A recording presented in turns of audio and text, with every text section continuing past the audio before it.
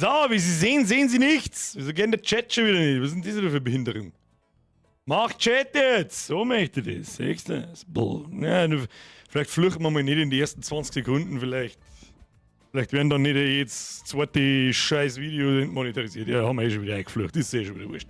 So, darf ich mir jetzt da bitte schon einmal selber sehen dann? Ja, nein, wo? Hallo? Hallo? Ja, Zeit ist one. Krumm in Alpha. Habe! Abgesehen davon steht halt für Blät. So schaut's aus. So. Polizeimützen hat es halt nicht da liegen. Da haben wir gedacht, ich hoffe, der Russe des Vertrauens ist da und kann mir bestätigen, dass das nicht Hurensohn heißt. Timmy Boy! Ausnahmsweise mir kein zu früh kommen. Timmy Boy, genau zur richtigen Zeit. Grüßt du dir daheim. So, jetzt grüßen wir erstmal in den Haufen hinein. Habe die Ehre an den Fahrer, an den Juni, an den Leg mir wahrscheinlich den Schnutschi, an den Büssel, an den Igel, nicht an die Thermi, an den Leuchterauschkugel, an den Freines, an den Capricorn, an den Proxy, an den Franz, an den Berger, an den Appa, an den Zau, an den Maiban, an den Savol, an den Sandstein, an den Maki, an den Jörg, an den Fußballvlogs, an den Hermann Charlie, an den Leo, an den Dockner, an den Sprenger, an den Robert Den Niere, an den Sebi, an und jetzt einmal nicht mehr. Einfach weil ich nicht mehr mag! Halt, stopp! Ich bin jetzt der selbsternannte Grenzkontrollen-Anzeigen-Hauptmeister. So, Kinder, wie geht's euch? Wie war's Wochenende? Stabil? War stabil. Meins war stabil, ich hab gute Neuigkeiten. Gestern habe ich gemeint, mit der Kirche ist da noch 8 geworden. Heute habe ich gute Nachrichten gekriegt. In 2 kann man fertig sein. Also tut komplett da. Alle kommen. Maler kommt. Maler wird fertig am Micken. Der Röhrig kommt. Der fängt morgen an mit dem Lochbohren. Kommt auf die Nacht, hat er gesagt, Alter, komm ich schnell ab, boah, dir das Loch ein und überhaupt sowieso. Olivia, danke für den Resub. Was ist der Unterschied zwischen Milchreis und einem Epileptiker? Der eine ist mit Zucker und Zimt, der andere liegt im Zimmer und zuckt. Den kannte ich so noch nicht. Olivia, dankeschön. Snooze Benny, 45 Monate, Alter. Da muss ich den Taschen hinaus. So in Zahlen im 10er-Bereich sind nichts für mich.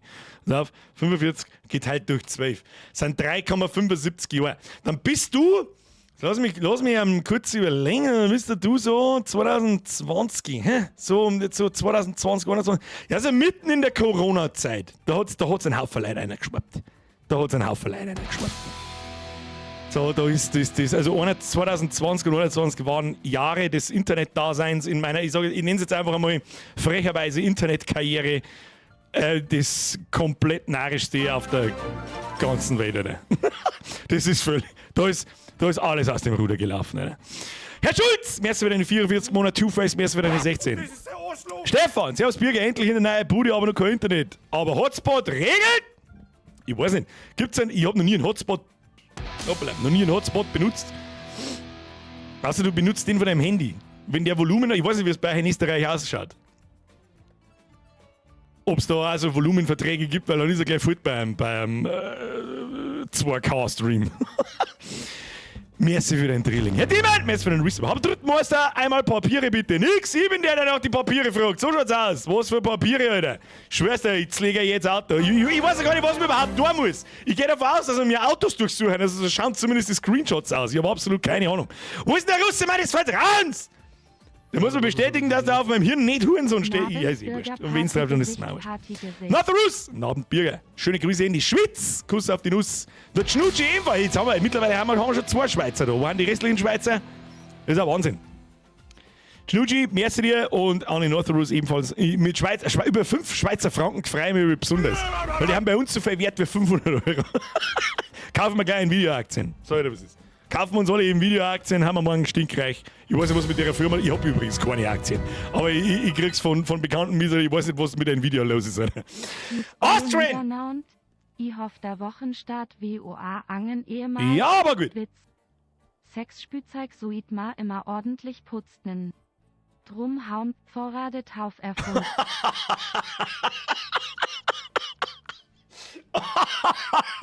Den kannte ich so auch noch nicht. Und in der Regel bin ich über geistlichen Witze dieser Art sehr aufgeklärt. Den kannte ich nicht, den finde ich gut. Herr Austrian, as always, vielen Dank. Ich sage eh schon immer mehr. Komm, hör mir auf. Merci dir. Felix, merci dir. Franz, merci für deinen Resub. Bürger, morgen geht's nach Trier am Samstag Hochzeit von Ich wollte gerade sagen, heirat ja nicht selber, mach nicht den Fehler.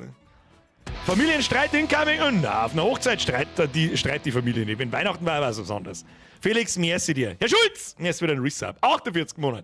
Der Chef vom Grenzschutz-Squad. Ich bin ein Macki, sein verlängerter Arm. Du aber der Gastler in Ruhe lassen Sie. Herr Bob! Hashtag Leerzeichen, Hashtag Vollzeichen. Was? Wen? Tut du aber die Gastler in Ruhe lassen, gell? Wir haben einen Gastler. Ja. Nein, jetzt komm du nicht mit ein! Sie lässt sich vor, weil sie es als Spam sagt. Das war ein Leerzeichen zu viel, Timmy Boy. Warte, ich mach 3. Leerzeichen. So, Schluss jetzt! Timmy Boy, merci dir. Bob, merci dir. Der Weedy Gonzalez, der wird wieder nicht angezeigt. Kein Mensch weiß warum. Dann kriegst du die Ehrentröte. Pass auf. Mr. Weedy! Welcome to the Squad! Hast du ein Stück Brot im Kofferraum versteckt? Dann werde ich's finden und werd dich einsperren. So wie es bei den Russen läuft, wegen dem illegalen Brotbesitz. Weedy, merci für die Mitgliedschaft. Welcome to the Squad. Das war übrigens improvisiert. Nein, war es nicht, das habe ich vorher aufgeschrieben. Herr Tomatenmark, merci für den Resub. Austrian, merci für den Resub. Zitronenbaum, merci für den Resub. Der Prinz von Effing. Bei was hält sich der Pfarrer beim Schnackseln fest? An der Schultasche. oder an der Schultüten. An der Schultasche. Und mit was schaut er, dass die 6-Jährige kein Kinder kriegt? Mit der Schultüten. Bester Prinz, merci dir. Jinx, auch schon lange nicht mehr gelesen. Servus Meister, Grüß aus der scheiß Spätschicht. Ich kann's nur, ich werd's... Ja, aber wenn du in der Spätschicht-Stream schauen kannst, Alter, dann kann die Spätschicht nicht so schlimm sein. Die ist ja gleich vorbei. Die ist ja gleich vorbei. Die ist ja gleich vorbei, du. Da streichen wir mal mit drüber. So wie wir es heute 3-mal mit der Wink gemacht haben im Übrigen. Schreiben wir 3-mal drüber, dann siehst du es nicht mehr. So. Dankeschön, Kinders. Hast du Brot? Hat da wer gesagt. Ich versuche ab jetzt übrigens, das war auf die letzten 4 Wochen. Ja, Minimum. Wann haben wir das erste Mal? Alter, der erste Supermarkt-Simulator-Squad. Ein Squad, Alter. Stream ist jetzt als ab 18 geflaggt worden. Ich weiß nicht, was YouTube schon wieder für ein Super Pride Mushimofa Moped Kackmonat feiert. Aber offensichtlich darf man nicht einmal mehr Kackwurst sagen, ohne dass ein Stream oder ein Video entmonetarisiert. Das ist nur noch lächerlich, Alter. Und vor allem seitdem, wann haben wir denn das erste Mal schon, weiß nicht, so vor 4 Wochen ungefähr, also wo schon 5 Wochen, wird mehr als jeder Stream. Warte mal. Da muss ich jetzt schnell schauen. Steht auf entmonetarisiert. Und ich habe überall Überprüfungen angefordert. Da nichts, kein einziger, nicht doch. Der Hellblade-Stream, da bin ich so viel geflucht. Der ist grün. Alle anderen sind gelb. Alle anderen sind gelb. Und das war im Anfang April. Da der Gym Simulator ist gelb. Der Supermarket Simulator ist ab 18, oder? Okay, komm, hör mir auf. Hör mir auf. Ja, was ist, aber es ist nicht. Schluss. Stefan, Servus, ich schmuggel nichts verpasst nach Österreich. Am Donnerstag geht's endlich auf Rea. Zeit wird's. Du musst wieder was feiern, aber meistens wird's Zeit. Merci, Euda. Timmy-Boy, warum? Weiß ich nicht, weil du Verlierzeichen eingeschissen hast. Ab und zu entscheidet dann der Bot so, na. Schuldi Jense, wenn ICK hier weiterje, liegt dann da vorne der Hauptbahnhof? Fragt ein Berliner den Denglinger Schorsch am Stachus. Denglinger Schorsch. Der liegt auch da vorne, wenn's nicht gingen. Was? Entschuldigen Sie, wenn ich hier weitergehe, liegt da vorne der Hauptbahnhof? Fragt der Berliner, den dickeren Dingler. Jetzt kann ich nichts. Alter, jetzt hat's einfach um 8 Zeit. Jetzt ist der Donation einfach weg. Was ist denn jetzt passiert, Alter? What the fuck? Jetzt ist wieder. Was ist denn jetzt?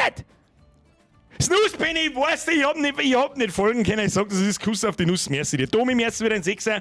Hab gehört, am Montag ging's um Miet. Zeit dir ein Merch, oder? Du hast wahrscheinlich Zeit 4 Merch, oder? Heute zurück aus Schweden, Just Mercy, oder? Kuss auf den. Ich weiß nicht, da war nur ein Domi, bin mir nicht ganz sicher. Am Montag ging's um mich. Was war denn am Montag? Was war denn am Montag? Das ist schon so lange her, Alter, das weiß nicht niemand. Goalie, merci für den Resub. Oh mein Gott, schon ein halbes Jahr bei Bayerns bestes Streamer. Zum Anlass, Polen ist das einzige Land, wo der Boomerang nicht zurück ist. Haben wir schon, den glaube ich, haben wir letztens mitgekriegt. Und zwar 1:1 so. Marki, merci für den Resub. Timmy Boy, merci für den Euro. Sabrina, merci für den Resub. Lina, merci für den Resub. Chicks-Lixen, merci. Und dann jetzt das Lare Trage. Servus und Kruzifix, es war wieder mal Zeit für VR-Krampf. Danke für deinen Dienst. Aber der scheiß VR-Krampf, das habe ich, wann haben wir denn das gemeint? Wir haben doch kurz einmal, das war schon dieses Jahr, oder? So Anfang des Jahres haben wir uns gedacht, oh ja, ein bisschen Spieleloch, so, hey, weißt du was? Ich glaube, Februar war es. Machen wir VR Februar. Und dann haben wir das Zombie-Spiel gespielt und so weiter. Und habe sehr schnell wieder festgestellt, warum das VR-Headset 4 Jahre da oben im Eckling ist. Ja, das lassen wir bleiben. So, hey, Mr. LFD, du bist jetzt der Letzte. Merci wieder ein Resub. Kuss auf die Nuss. Wir machen die Donation Sounds aus. Schluss, aus, pfui, wir fangen an. Da waren dann in 10 Minuten Countdown runterlaufen. Könnt ihr eigentlich auch nicht machen. Lass mal noch, fangen wir um 10 vor 8 Uhr, ich lasse 10 Minuten einen Countdown laufen, dann kann man da schon reinpimmeln und dann nochmal 10 Minuten, dann verzeihe ich euch so, ja, irgendwas fällt mir schon ein und dann fangen wir zum Spielen an. Hashtag Geldgeiler Wichser, Full Sellout. Meine sehr verehrten Damen und Herren, wir spielen heute Contraband Police. Ich habe ehrlich gesagt keine Ahnung, was es ist. Das hat aber sehr viele gute Bewertungen. Also ich weiß grob, was es ist. Wir spielen mit einem Polizeibeamten irgendwo bei den Sowjets hinten und kontrollieren den Grenzübergang Leute, die da wollen. Was wir da genau... Es klingt für mich so ein bisschen nach der 3D... super erweiterten Version von Papers, Please. Papers, Please kennen wahrscheinlich auch die wenigsten. Das ist ein Indie-Game, da wo man Passkontrolle macht und so weiter und die Leute verzeihen dir irgendeinen Scheiß, du musst das kontrollieren und dann kriegst du Punkte, wenn du das nicht durchlässt. Ja, und so weiter. Mit meiner Aufmerksamkeitsspanne wird das sicher gut. Aber für was habe ich euch dabei? Na, da kann der Backseat wieder sauber in den Chat reinrotzen, dass du sagst, gibt's das? Wir schalten jetzt um und dann schauen wir, was passiert. Wir waren jetzt da wieder, Herr Schopp, merci dir, Timmy Boy, merci dir. So, ich hoffe, das kann ja jeder lesen. Das heißt übrigens, auf Russisch soll das übrigens Polizei heißen. Ich schwitze schon wieder. Jetzt kommt wieder die leidige Zeit. Jetzt ist fast Juni. Jetzt haben wir wieder die 2 leidenden Monate vor uns, wo wir da herin schwitzen wie eine Drecksau. Ich liebe es. Ich glaube, da ist auch noch ein bisschen der Schwitz drin vom... Das ist natürlich mein Pilotenhut. Nein, Polizeihelm, den hat's nicht der Link. Aber für das, dass ich auf Kyrillisch da aufgeschrieben habe, von Hand, das ist einmal auf alle Fälle ein Like wert. So, labert man nicht lange mit Spämer, aber Contest included. Competition finished. Plans for the future. First anniversary. Spiel ist jetzt knapp ein Jahr alt. Ja, wir werden sehen, was passiert. So, Optionen! Ja, das werden wir dann schon herausfinden. Das werden wir herausfinden, wie es mit dem Ton. Da hat sich auch mal jemand was denkt. Die kriegen einen kleinen kompletten Gehörsturz, wenn ich Sperr schalte. Das ist Apps. Fenstermodus, rahmenlos, dein Mom ist rahmenlos. Helligkeit, nein, nicht 100. Man 60, irgendwann, das ist Frame 1000, das ist mir alles wurscht. Das ist die Victor. Schattenbereich, dein Mom ist Schattenbereich. So, Spiel, Feinde, Mittel. Was ist dieser Spieleinstellung? Dokumente vergleichen, normal. Ja, lass mal alles mal auf normal. Ich weiß gar nicht, was wir überhaupt da sind. Sprache ist auch gut. Eigentlich müssen wir auf Russisch stehen. So, spielen! Here we are! Auswahl des Spielmodus. Ich habe ehrlich gesagt, ich weiß nicht mehr, was wir da müssen. Gibt es sogar Tutorials? War vielleicht nicht so schlecht. Okay, wir haben eine Kampagne, wir haben einen Inspektor, eine Herausforderung. Anscheinend ist der Inspektor sowas wie der Endlosmodus. Und da haben wir die Kampagne, das schaut doch ganz gut aus. Die Volksrepublik Akaristan steht am Rande einer Revolution, die von einer bewaffneten Gruppe namens Blutige Faust organisiert wird. Als neuer Kommandant des Grenzpostens wirst du mit schwierigen Aufgaben konfrontiert, als nur der Dokumentenkontrolle. Führe ordnungsgemäße Kontrollen durch, um im Amt zu bleiben. Führe Notfalleinsätze im Revier und im Gelände durch. Deine Entscheidungen beeinflussen den Spielverlauf. So, da haben wir als junger Student der Polizeiakademie wirst du einen baufälligen Grenzposten am Rande Kasachstan oder Tschernobyl-Tan, was weiß ich nie. Erreiche immer höhere Ränge im Polizeidienst und bringe die Anlage wieder zu ihrem alten Glanz. Führe korrekte Fahrzeugkontrollen durch, um Geld für die Aufrüstung. Das klingt eigentlich auch ganz lustig. Außerdem, das klingt nach einem komplett anderen Spielmodus irgendwie. Du kannst jederzeit tägliche Missionen außerhalb des Grenzposten erledigen, unbegrenzte Spielzeit. Ich habe keine Ahnung, was wir jetzt tun sollen. Ich bin jetzt schon überfordert. Und Herausforderungen nehmen nicht, die kommen noch nicht mehr spät. Lass mal, das klingt nach Szenarien. Kampagne hat Tutorial. Witzleben, das wollte ich lesen. Schauen wir uns da mal die Kampagne an.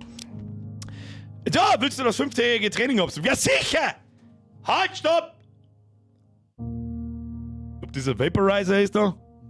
Weiß nicht. Anzeigen, Hauptmeister spielt mit VR. Gibt es das als VR? Weiß ich nicht. Da wird man bloß wieder schlecht. Das ist nix. Was ist jetzt halt? Ah ja, drücken Leerzeichen, um fortzufahren. Ja, gut. Okay.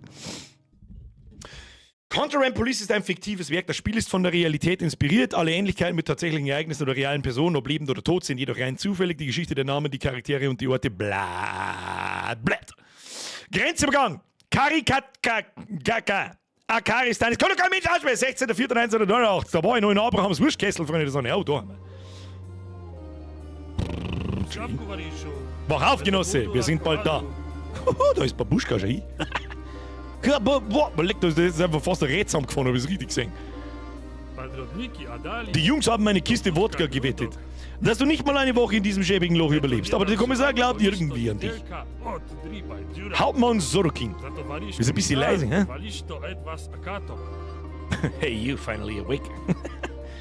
Da, ich kann immer nur der Babuschka zuschauen. Was du jetzt mit meinem Ständer? Du befolgst besser alle seine Befehle, sonst endest du wie Rosingov. Armer Kerl, er wollte nur etwas dazu verdienen. Und dann ist er an den Wind gestellt worden. Darf mich nicht wundern bei euch. Griskov Matschkomo. Blöd. Das ist alles, was ich... Ah, haben wir schon da auch, oder was? Grenzposten. Servus, Chris, gut. Okay, wir sind da. Jetzt berichte dem Kommissar. Viel Glück. Okay. Schaut schwer nach Gulag. Stell dir vor, das war eigentlich das Geilste. Du stellst das Speich vor, so mit in die Screenshots und so weiter, ja, machst du fette Grenzkontrolle, da gibt's ein Grenzkontrollding, so wie es ein Gulag von Space Core. Mr. Danny! Kuss auf die Nuss. Danke für die Mitgliedschaft. Ab in den Chat, habe ich dir einen Danny. Ihr wisst, was das ist. Und der Tim, Bürger-Tim, jetzt become a Member. Bist du nicht die ganze Zeit Member? Oder bist du ein anderer Timmy Boy? Weiß ich nicht. Ebenfalls Welcome to the Squad. Kriegst beide die Tröte. Kuss auf die Nuss. So, irgendjemand hat geschrieben, es ist beides ein bisschen leise. Ausnahmsweise muss ich das einmal bestätigen. Ich habe noch nichts eingestellt, also gar nichts, auch nicht irgendwie vorm Stream oder so. Blät, blät, blät, blät, singe ich von Babuschka. Hello, sieht gut aus. So, muss ich die wieder zumachen. Was ist da? Ich kastel mir einfach gleich selber ein. Können wir das machen? Tatsächlich kann man so. Was ist? Warum? Okay. Es würde gehen. Ja, okay, bin schon da. Was ist da hinten los? So, sprinten kann man auch. Was bist du? Guten Tag, Genosse Kommandant. Polizist Repnin. Und, weiß ich nicht, wirst du fürs Rauchen zahlt oder was ist denn mit dir? Macht nichts. Okay. Alles klar. So, wir kommen zum Kommandanten rein. Kannst du mal die Bude da aufmachen? Oder wie schaut jetzt die Gaudi da aus? Muss ich da klopfen? So stell ich mir ein russisches Büro vor. Ich weiß nicht, haben wir haben auch bei den Sowjets irgendwo, dass da alles ist. Da ist ein Tier, das muss ich mir per Song. So, Genosse, wir haben dich erwartet. Willkommen im Grenzposten Arigaka. Ja. Soll ich dir zumachen, oder? Mein Name ist Kommissar Andreev und ich zeige dir deine Aufgabe. Geh zuerst ins Büro und hole deine Dienstmappe ab. So, Butschki bläht, ja, das ist egal, dass du wieder... Muss ich Gurken beschlagnahmen, ist das ernst? Okay. Ja, kann ich verstehen. So, gut, ab ins Büro. Ja, da gebe ich Pfeil, sagt, da muss ich hin. Nochmal, ja, schau. Ich möchte ihm gerne seine Glatzen abschlecken. Bitte! Habe ich dir aus Frontenhausen überlegen, an Ebenhoferbaum umzuschreiben. Was Monster? Was? Überlegen an Eberhoferbaum umzuschreiben, was Monster? Ich hab keine Ahnung, Dieter, was man sagen möchtest. So, liest das. Hammer. Damit wir Pari sind. So. Ich mag nach wie vor seine Glatzen abschlecken. Übrigens, ich gebe euch einen ganz guten Tipp von Genossen Grenzkontrolle Hauptanzeigenmeister. Irgendwann, ich Gott sei Dank nicht, da habe ich einfach Duselcode, sag ich dir freiwillig, was ist. Wenn du irgendwann mit kreisrundem Haarausfall, und das ist bei Männern einfach so, entweder du bist recht früh grau, oder du kriegst kreisrunden Haarausfall, oder du bist völlig in den Arsch gefickt und hast beides, ne? Dann bitte nicht umkämpfen. Nimm den Rasierer, schneid an. Auch wenn du es nicht wahrhaben willst. Ja? Und was ganz furchtbar wichtig ist, schau einmal so in den Spiegel rein, weil von vorne sechst du es nicht so. Vielleicht ist es schon viel schlimmer, wie du meinst. Ich meine es echt bloß gut. So, geh zuerst ins Büro, Arbeitsmappe, das ist ein Taschenlampen, du Trottel. Öffne nun die Mappe und überprüfe dein Diensthandbuch. Okay. Da ist nicht viel drin. Es enthält alle notwendigen Informationen über das Vorgehen bei den Kontrollen, die Zulassungsregeln sowie Informationen über die Länder und Fahrzeugtypen. So, vielleicht sollten wir jetzt da ausnahmsweise mehr einigermaßen aufmerksam lesen, ohne hineinzublödeln, weil sonst wird das überhaupt nichts. Also, wir brauchen Vor- und Nachname, Gültigkeitszeitraum, Passnummer und Foto. Das heißt, okay, ja, lesen wir mir jetzt alles in Ruhe durch. Ich versuche mal meinen Russendialekt zum Lassen, weil ich glaube, das ist wahrscheinlich wieder, YouTube findet sogar das wahrscheinlich diskriminierend. Was ist denn da jetzt wieder? Jack the Ripper, merkst du dir, hast du einmal eine neue Web gegönnt? Hast du das da mitgekriegt, gell? Zeit ist zwar nicht, weißt du, aber Kabel habe ich immer noch keines. Das ist Gamepad-Kabel, das ist aus Beton. So, jetzt pass auf. Dieses Feld befindet sich, Vor- und Nachname, dieses Feld befindet sich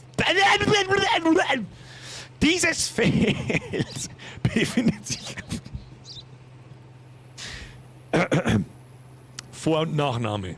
Dieses Feld befindet sich auf jedem Dokument. Die Angaben müssen überall gleich sein. Suche nach Rechtschreibfehlern. Ja, oder was weißt du nicht, wenn man russische Namen schreibt, du Krampfhähn, du Fotzengrobe. Auf Bayerischflücher geht. Das kapiert YouTube nicht. Dieter! Umschneiden, meinen wir. Du musst einen Eberhofer-Baum umschneiden. Was meine ich? Ich weiß nicht ganz, was der Eberhofer-Baum ist. Sag ich dir, was es ist. Hat das was mit den Filmen zu tun? Ich habe keine Ahnung. Da die Filme aber schlecht wie scheiße sind, sag jetzt einfach mal nicht nein. Ich rufe natürlich aber auch nicht zur mutwilligen Zerstörung von Sachgegenständen auf. Das so jetzt freiwillig, was ist die da? Das muss ja jeder selber wissen. So. Levon Kuliev. Okay, das heißt quasi, man muss in den Ausweise, die uns die zeigen und so, muss man immer schauen, dass da immer Vor- und Nachnamen drin sind. Und dass keine Schreibfehler nicht drin sind. Das ist das allerletzte, dass ich das mit russischen Namen machen muss, da kann ich mich gleich erschießen gehen. Die Frage ist jetzt, wo ich das abgleiche, dass ich überhaupt, was weiß denn nicht, ob der Kuliev heißt, ob man den mit I, mit Y oder ob man mit Q schreibt, keine Ahnung. Ja, werden wir schon herausfinden, learn it the hard way. Gültigkeits. Also im Papers, Please ist es so, du hast da immer Dokumente zum Abgleichen. Dieses Feld befindet sich auf dem Reisepass, der Einreiseerlaubnis und dem Personalausweis. Vergleiche es mit dem Kalender und prüfe, ob die Dokumente noch gültig sind. Date of Expiration und Date of... Ja, da sagt man es ja eh. Da unten ist unser Kalender. Und da kann man dann bestätigen. Ja, wir haben 16. April 81. Zeit düdelt er hin. Das passt schon. Und ich muss halt einfach vergleichen, ob der schon abgelaufen ist oder halt nicht. Ja, okay. Passnummer. Dieses Feld befindet sich auf dem Reisepass der Einreisegenehmigung und dem Personalausweis. Das ist die Passnummer. Entry Permit, Passnummerncode B49W, ja, das passt. Okay, Foto, vergleiche das Gesicht des Fahrers mit dem Foto im Reisepass. Sie müssen identisch sein. Das ist eigentlich eine geile Nummer. Das ist auf alle Fälle ein unfassbar geiler Pornobalken. Das ist der Pornobalken Extended, oder?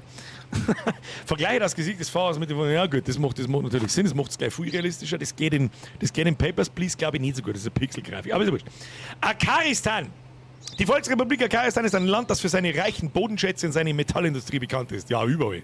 Wenn ich von Taste ausgehe, ist das ein riesengroßer Akaristan-Logo, ist ja klar.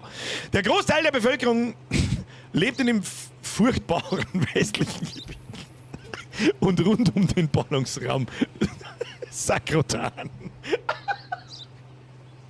Ich komm halt durch dein Maul jetzt, warum... An der Spitze der kommunistischen Regierung steht die Akarnikon-Lesen. Arbeiterpartei, die seit der großen Bauernrevolution von 1943 ununterbrochen regiert. Ja, herzlichen Glückwunsch. Da haben wir die Flagge. Währung Akanka, das heißt jetzt einfach Akanka. Akanka-Dollar, Gebiet, riesengroß, Bevölkerung, 22,5 Millionen. Nimme, Sprache, Akankisch, Regierung, Volksrepublik, Anführung, Igor Akank. Okay. Offizielle Stempeln. Das wäre wahrscheinlich auch irgendwann einmal wichtig. Und gültiges Papier. Okay, wäre wahrscheinlich später. Okay, was haben wir da noch? Republik, Kagang, Flagge. Das ist mir wurscht, jetzt geh weg mit deinem... Alter, wer soll denn das alles merken, ob das das richtige Papier ist oder nicht? Alter, bist du komplett besoffen, Alburger? Die lasse ich zuerst schon nicht einer. Weil Königreich Erkai. Das sind aber viele Sachen. Wir haben verschiedene Karren. Typ A, zweitürig Standard. Typ B, zweitürig Sport. Was von der Karre gibt es eine Sportedition. Hat die dann Pumpedüse für Unterhausen und einen Tri-Turbo. Quadruple-Turbo. Was haben wir da? Ein Savet. Nasan, Varilla, KGP-Dateien, ja. Ja, und Oberankovs Geld. In den letzten Jahren hat der Anführer einer Schmugglerbande, Boris Oberankov, ein ordentliches Vermögen angehäuft. Es gibt Gerüchte, dass er aus Angst vor einem möglichen Diebstahl einen großen Teil des Geldes in den Wäldern in der Region Kakarka vergraben hat. Aha. Interesting. Ja gut, machen wir zu die Bude, machen wir zu den Pumps. Was ist das alles? Wir haben wir da. Das ist der Grenzposten. Was ist das da? Polizeistation. Das ist auch noch. Alter, das ist voll groß, das Spiel. Wir haben einfach, wir haben da einen geschützten Grenzdingsbums, da fährt irgendein Tschernobyl-Auto vorbei, wir labern mal wegen einem Scheiß und fertig. Karat-Motel, Sägewerk, Friedhof, Wlatzwerkzeuge, die haben wichtig, Gasthaus zum betrunkenen Bären. Oh, es gibt tatsächlich einen Gulag. Ah, die Chicks-Lixen war der erste. Gibt's von mir den Daumen nach oben. Hey YouTube, wann gibt's denn endlich einmal eine Like-Funktion für User, die gerade zuschauen und chatten? Das ist war einmal viel wichtiger. So, bekommen wir die wieder weg. Auf M vielleicht? Ja. Das macht einigermaßen Sinn. Und auf B, dann geht das Birkel auf. Okay. Okay. Inhaltsverzeichnis. Ich schätze einmal so am Anfang, haben die einzigen Kriterien, die man überprüft. Oh, vielleicht aber auch doch nicht. Mit Dokumentenprüfung, das haben wir schon gehabt. Um die Grenze zu überqueren dürfen, muss der Fahrer über einen Satz gültiger Dokumente verfügen. Ja gut, machen wir den Bums wieder zu, weil das ist ganz top. So, bitte fangen wir an. Öffne die Schranke, um den ersten Fahrer zur Kontrollstelle herauszuwählen. Ja, easy, Alter. Gib mir mal das Polska-Ding da. Was? Muss ich wahrscheinlich laufe ich wieder in der Unterhose nochmal an. Was ist das? Das ist unser Privatgulag. Na, dann mal wieder zu. Na, was hängt da? Was steht da? Lager prüfen. Es gibt kein Inventar. Okay. Mach das zu. Mach das wieder zu, ich kenne mich nicht aus. So, glaube ich, genügend mit Polizei habt. Erstmal eine rauchen. Telefon. Ring, ring, ring, ring, ring, ring, ring. Bananaphone. Das ist der Birne 5. Muss man wissen. Ja, der läuft mit Zigarettenasche. So, jetzt gehen wir mal da um und schauen wir uns die Gaudi an, oder? Nix digital, saubere analoge Henkel. Das, glaube ich, ist ein Zagreb Sport Edition. So, Meister, stehen bleiben, sonst gibt's eine mit der AK gezwirbelt. So! Um noch gar einzureifen, muss der Fahrer gültige Dokumente. Bitte hinter die Papiere zu zeigen. Wie? Ich glaube nicht, dass da irgendwie jemand gebeten wird, sondern du gibst mir jetzt deine Papiere oder du kriegst eine aufs Maul. Was haben wir da? Kann ich Ihre Dokumente haben? Nein, macht nichts. Tschüss! So nochmal. Dokumente! So, jetzt nehmen wir das.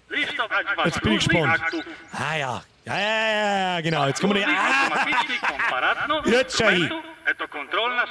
Verwende nun den Dokumentenvergleich, um die Angaben des Fahrers auf beiden Dokumenten zu überprüfen. So, die Frage ist jetzt, was kann ich da jetzt irgendwas okay. Erteilt für Varnava Sokolov. Zack. Varnava Sokolov. Okay, um Gottes Willen, Alter. Dokumentenvergleich. Die Nutzung des automatischen Vergleiches reduziert deine Wahrnehmung. Okay. Das heißt, wenn ich draufklicke, dann ist das natürlich, das ist ja geil gemacht, geile Idee eigentlich. Reduziert deine Wahrnehmung. Wenn sie zu niedrig ist, funktioniert der Vergleich langsamer. Wenn sie auf 0 sinkt, bleibt dir nur noch der eigene visuelle Vergleich. Das heißt, an jedem zweiten, dritten kann man da mal draufklicken und dann macht er das automatisch. Den Vergleich ist der Name überall richtig und so. Um deine Wahrnehmungsfähigkeit zu regenerieren, solltest du eine Pause einlegen. Erwäge den Kauf einer besseren Unterkunft, um dein Wahrnehmungsniveau dauerhaft zu erhöhen. Das heißt, man hat sogar noch Skills, das ist ja voll geil. Volle Wahrnehmung, niedrige Wahrnehmung, Wahrnehmung aufgebraucht. Wo ist denn der Indikator für die Wahrnehmung? Wo ist denn der überhaupt? Das Augen da. Das sehen wir dann gleich. Übereinstimmung, die Daten des Fahrers sind korrekt. Keine Übereinstimmung, die Daten der Fahrer darf das Land nicht einreisen, passen nicht zueinander. Felder sind von einem anderen Typ. Werden wir schon sehen, was wir. 42 natürlich. Das ist, vergleiche das Geburtsdatum mit dem Kalender, um das Alter des Fahrers zu prüfen. Oh, leck, muss ich da umeinander rechnen, wie alt das die Leute sind? Okay. Vergiss nicht, alle gefundenen Fehler im Kontrollbericht zu markieren. Ja, wo ist mein Smartphone, wo ich das einfach, weißt du schon, klack. Okay, also ich klicke jetzt da. Muss ich jetzt da. Ja gut, das ist ja nur das Tutorial, wahrscheinlich muss ich da jetzt im Kontroll. Varnava, Sokolov, da feiert ja nix. PQ71, 2Y09. Gültig bis 20. Oktober 81, wir haben einen, der ist ja locker gültig. So, Geburtsdatum. 45, wo ist er dann? Das ist scheiße. 35, 36, hä? 36, der gute Mann. Schaut gut aus. Ja gut, Kontrollbericht. Was muss ich jetzt machen? Kontrollbericht. In diesem Bericht vermerkst du alle Ungereimtheiten, die in dem Dokumenten auftauchen. Markiere mindestens einen Fehler, bevor du einen Fahrer abweist. Oder hinterlasse einen sauberen Bericht, wenn du die Einreise genehmigst. Finde alle Unregelmäßigkeiten, um die höchstmögliche Punktzahl zu erreichen. Mit der Zeit wird dein Bericht um zusätzliche Abschnitte erweitert. Ja, das denke ich mir schon, dass das nicht bloß bei 3-4 Sachen bleibt, sondern irgendwann kommen der Fahrer, wo 20 verschiedene Sachen nicht passen können und dann kommst du da ordentlich zum in die Hose scheißen. Okay. So, ich kann jetzt da, ja genau. Also ich kann da draufklicken, dann überprüft das mal automatisch, aber meine Wahrnehmung geht nach unten. Da das jetzt noch relativ easy ist, wir haben ja eh schon alles kontrolliert, sollte eigentlich alles passen. Muss ich jetzt da durchklicken oder wir hinterlassen einen sauberen... Du musst sogar einen Stempel kontrollieren, ob das der richtige ist. Das haben wir da herin irgendwo gesehen gehabt. Ich meine, das werde jetzt noch nicht passieren, dass das ein falscher Stempel ist, weil das wirklich ein sehr futzeliges Detail ist. Da, offizielle Stempel, fünfeckert, fünfeckert oder ein Kreis mit dem Adler und der Sonne. Und wenn der irgendwie anders ausschaut, dann haben wir einen Fehler. Und wenn wir ihn einreisen lassen, kriegen wir keine... Es ist fast schon geil. Wer kommt auf die Idee, sie ist Schweizer machen? Sag! Wann ist bei diesen Simulatoren, denke ich mir einfach immer auf, das habe ich beim Supermarket Simulator schon gesagt, wann ist der Zeitpunkt, an dem ich auf die Idee komme, weißt du, so eine geile Spielidee war, nein, was ja Grenzkontrollsimulation. Ja, geil, steige ich ein, da hast du 10.000 Rubel. Wie lange muss ich noch warten? Hey, hallo, bist du nicht ganz sauber oder was? Was weißt denn hier? Ich top. Jetzt entscheide dich, lässt du ihn einreisen? Ja, die Kontrolle ist beendet, das ist alles. Ja, wir sagen, es ist alles. Ach so, da, genehmigt. Also kann ich Stempel, bitte komm dahinter einer mit dem Stempel. Schade. Ja doch! Akanka, endlich! Schau, es laut gewesen! Was passiert, wenn ich die einfach dir aufmache? Gute Arbeit, das war die richtige Entscheidung. Ruf den nächsten Fahrer zur Kontrolle. Kommst du, blöd! Zunge runter, ich möchte da irgendwann heim. Wir müssen jetzt die da durchbringen. Ah, jetzt schauen wir erstmal in dein... Was ist das für ein Auto, Alter? Da kann man nicht mehr... Mach mal die Tür auf da, weil außerzirkt, du Huren. Ah, was ist da los? Kann man da einmal... Ah, nichts drin. Alle, kontrolliere diesen und alle weiteren Fahrer. Ja, das kriegen wir schon. So, ich bin jetzt gespannt, was passiert, wenn ich mal die Tierlauf mache, so. Da. Ob er dann davor fliegt. Komm mal. Was hast du da? Was ist das? Illegale Substanz! Aussteigen! So. Ist das wirklich notwendig? Schau dir an! Jetzt muss ich eigentlich noch schnell kurz was zeigen. Warte mal. Da ist irgendwas. Da sieht man das Auto. Was ist jetzt halt? Da hat er mir jetzt hergehalten und ich hab nicht genommen, oder was? Ich weiß noch nicht, was es bedeutet, aber ich werde euch hier, geben Sie mir einfach wieder zurück. Was passiert denn eigentlich, wenn ich das 8-mal frage, ohne dass es nimmt? So, Dokumente, blöd. So, top. RL-Code, PX8F, PX8F, S5F. Ha! Fehler! Passt aber bestimmt nicht, du Scheißhaushur! Ist schon vorbei! Kontrollbericht, Gültigkeit, Passnummer, stimmt nicht. Königreich Erkai. Ob da der Stempel stimmt ist, weiß ich nicht, das ist mir jetzt nicht wurscht. 29. April, gültig bis, das passt auch, Einreisegrund Arbeit, interessiert mich nicht. Gültig bis 31. Januar 81. Jetzt hochlaufen! Muss das da auch über einstimmen da? Na, das ist ein Reisepass, der ist gültig bis zum 29. April. Der ist gültig. Unsere Einreiseerlaubnis, da muss ich ein bisschen auf Zeigen gehen, ist vom 31. Januar, die ist eigentlich abgelaufen. Ist sowas von abgelaufen, das kannst du komplett vergessen. Schluss mit der Scheiße. Trottel. Aber wir kriegen jetzt den... Wir können jetzt sagen, ja, nein. Auf N. Na. Einfach auf Tab. Fehler markieren. Und dann Kontrolle halt beenden. Da war ein Tasten ganz geil. So, wo ich draufdrücken kann und dann ist das, muss ich da nicht austappen. Warte mal.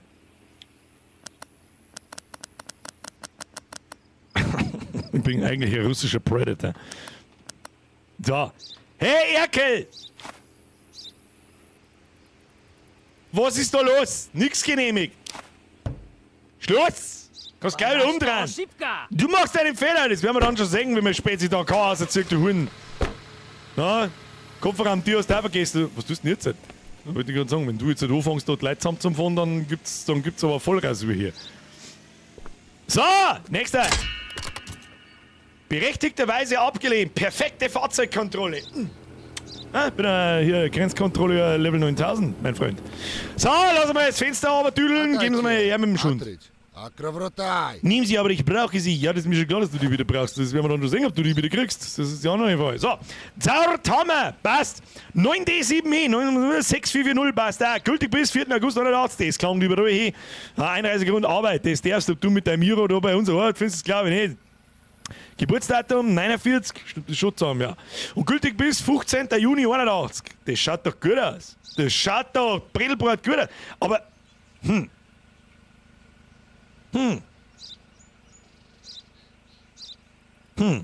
So, das Einzige, was ich jetzt nicht wissen möchte, ist, wie komme ich jetzt da, das passt, ich habe nichts zu beanstanden, wieso kann ich jetzt nicht da drin direkt sagen, bleib abgelehnt? Sind wir schon bei UV-Lichtkontrolle? Nein, überhaupt nicht. Hey, der hat mir auch da aus der SI geklaut. Pass abgelaufen? Was? Nein, überhaupt nicht. Sie besuchen. Gültig bis 4. August, Juni, klang überall nicht. Das ist das Geburtsdatum, nicht die Gültigkeit da. Aber Stempel überprüfen? Ich glaube, beim Stempel sind wir noch nicht. Wir haben ja erst die Sachen da. Mehr kann noch nicht, bin ich mir sicher. Mehr kann nicht passieren. Wo ist denn der? United Rally. Schauen wir nach. Das ist halt noch das nächste. United Rally, da, Stempel passt ja mal. Stempel passt ja mal. Und mit dem Du. So, Stempel, du musst quasi das Bild mit der Person vergleichen. Was? Ja, das passt ihm schon. Schau noch. Brille, Bart, Iro, schaut auch gut aus. Das stimmt, das haben wir vorher nicht gemacht, das Battle mit der Person zum Vergleich, das stimmt. Drück einmal Tab, ja, da kommt einfach das da. Und dann muss ich einfach, Kontrolle ist beendet. Und dann wird genehmigt. Das schaut gut aus, du, das schaut gut aus. Der ist frei. Ich bin weg! Ja, das ist 6. Schau dir an, du Trottel. 3 Stunden brauchst du, um das Fenster auf zum Kurbeln. In meiner Welt haben wir da einen Schalter, dann geht's von selber, aber bis es soweit seid, so weit geht weiter. Und so, aber schauen wir jetzt da aus. Korrekte, perfekte Fahrzeugkontrolle. Easy, oder? Bist du Ortmandig? Sofort Polizei, hier spricht, stehen bleiben oder so ähnlich. Da mit dem ersten wieder ein Zwill. Oh! Da meine ich, müssen wir mal hinterschauen. Hallo, Genosse Kommandant. Ah, das ist mir schon wieder zu freundlich.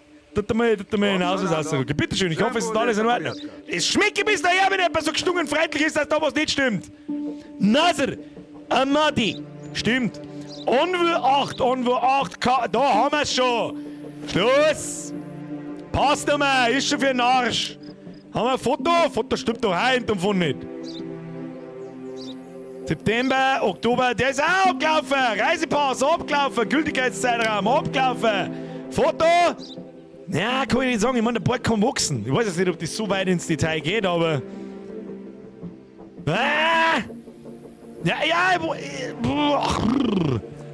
Na, tu mir mal. Was darfst du jetzt da hier sagen? Nein, das Foto stimmt auch nicht. Das Foto stimmt auch nicht. Schau, dass du lang gewinnst. So, nix. Abgelehnt. Raus. Scheiße, wir haben nicht hinterhergeschaut.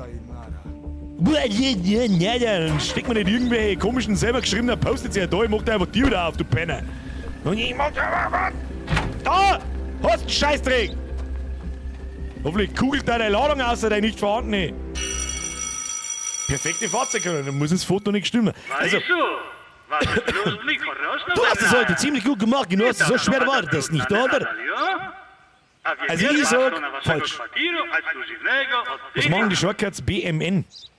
Gute Frage. Also das macht, wo sechst denn du die? Achso, da. Achso, ja, da geht das Ding um auch jetzt im Top-Modus. Ja. Aber wie kommst du auf N? Ja, das probieren wir beim nächsten Mal. Ich glaube, das ist nur, wenn der Fahrer da ist. So, wir schauen mal aus. Blatt, jetzt kannst du zur wohlverdienten Ruhe in deine Wohnung gehen. Das ist also meine Wohnung. Ha! Das ist meine Wohnung, das ist meine Unterhosen, das ist meine zweite Unterhosen, das ist meine lange Unterhosen. Und das ist meine vorgegaukelte Babuschka, die genau einmal in dem Land vorkommt und das, glaube ich, ist gelungen.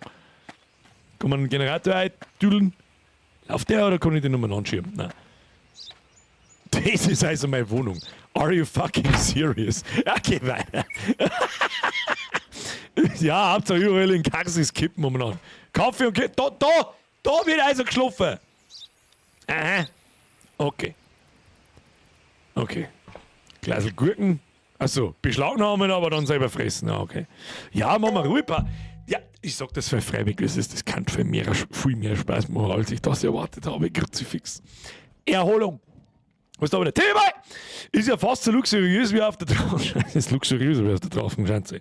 Das hat nur leider Gott der Drachenmann selber nicht verstanden, dass er sich von seinen scheiß Kohlen kein scheiß Ford Fiesta mal 10 kaufen hätte sollen und das restliche Geld verfressen und versaufen und verficken wahrscheinlich, sondern dass er sich ein verdammtes Wohnmobil kauft, den er richtig geil nagelnice wahrscheinlich sogar auch noch und er wahrscheinlich nur 2 Klassen herkriegt, wenn er sich gebraucht gekauft hätte, fährt durch ganz Deutschland, bewegt seinen fetten scheiß Idiotenarsch ein bisschen, hätte abgenommen, hätte immer nur einen Haufen Kohle gehabt und hätte eine Content-Druckmaschine gehabt. Aber nein, der gnädige Herr Träger sitzt hier in scheiß TikTok und bettelt um Bananen-Emojis, was weiß ich, was er treibt. Der fette Trottel.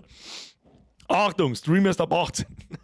Aber schon lange nicht mehr, ich verfolge ihn aber auch noch. Ich weiß gar nicht, was er tut. Wahrscheinlich immer noch dieselbe Scheiße. Und es gibt immer noch Leute, die dumm genug haben, die sich die Scheiße anschauen. Vor allem die ganze Hater-Gemeinschaft, die sich um ein, 2 Content-Creator rundum gibt. Gibt es wahrscheinlich auch immer noch. Ja, ich mache das hier nicht wegen dem Geld. Ja, ich bin der. Ach komm, halt doch den Mal. Das war für mich so der Grund für, ich mag mich nicht mehr damit beschäftigen, was soll das? Scheiß Heuchelei. Erholung! Schlaf regeneriert deine Wahrnehmungsfähigkeit, die du brauchst, um Dokumente zu vergleichen. Es dauert 8 Stunden, bis du dich vollständig erholt hast. Werte dein Quartier auf, um deine maximale Gesundheit und Wahrnehmungsstufe dauerhaft zu erhöhen. Aha! Schlafi. Aktuell hat er sie gelöscht. Ist jetzt endlich soweit.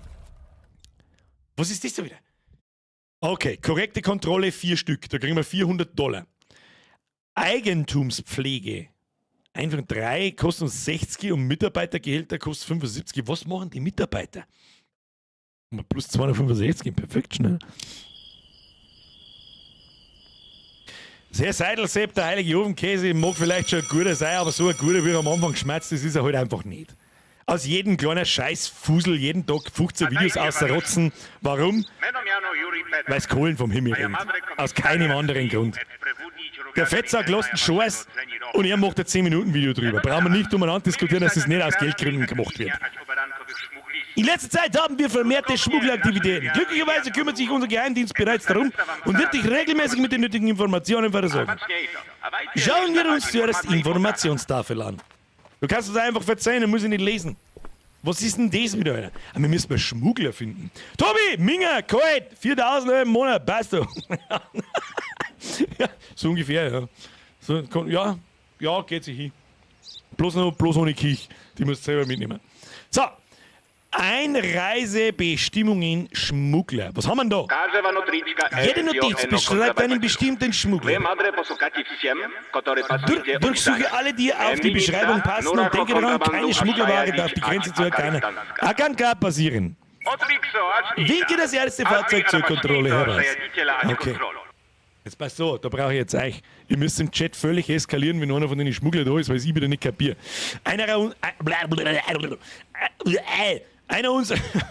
Einer unserer Informanten innerhalb der Schwarze Schlange-Bande hat wertvolle Informationen über eine weitere Schmuggelsendung erhalten. Alter des Fahrers 49. Das heißt quasi, wenn wir mir jetzt in die Dokumente irgendwo lesen, da ist einer 49, aber es ist Schmuggler. Das heißt, da müssen wir seine Karre durchsuchen, oder was? Oder was ist denn dann? Ich meine, ich hoffe ja, dass wir Karren wirklich durchsuchen müssen. Schmuggler Nummer 1, Schmuggler Nummer 2, Schmuggler Nummer 1. Wir vermuten, dass der Fahrer, der gestern nicht zur Kontrolle angehalten hat, versuchen wird, die Grenze zu überqueren. Partielle Zulassungsnummer MLP. Was ist denn eine partielle Zulassungsnummer? Herr Volland! Lässt doch mal Donner nicht vor! Oder was? Na? Wo denn überhaupt? Sag mal, wie viel hatten da schon wieder? Wie viel? Ich hört's aber heute auch nicht auf. Servus, du geiler Wichser, wie geht's da? Bin in einem Nachschau-Squad dabei und scheiß dir einen Zehner ins Gesicht. Herzlichen Glückwunsch. Danke dir. Stator, merci für den Resub. Sebian, merci für den Fünfer. Tomi, merci für den Zwickel. Ogmantik, Timmy Bürger, merci für den Zwickel. Tobi, merci für den Zwickel. Benedikt, Nomi, merci für den Fünfer. Fabian, merci. Herb! Haut der Burger und Bürger vertauscht. Hab jetzt am Bayern am Teller sitzen. Was tun? Abschlecken. Finger anstecken und aufblasen. Das ist das Einzige, was hilft. Merci für den Zehner. So, Schluss jetzt.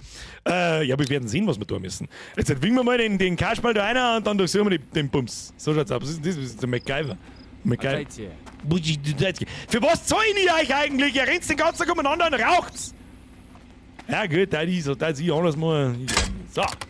So, jetzt hier einer. So, wir brauchen jemanden mit MLP. Da! Hier, MLP am Nummernscheitel! Kannst gleich stehen bleiben!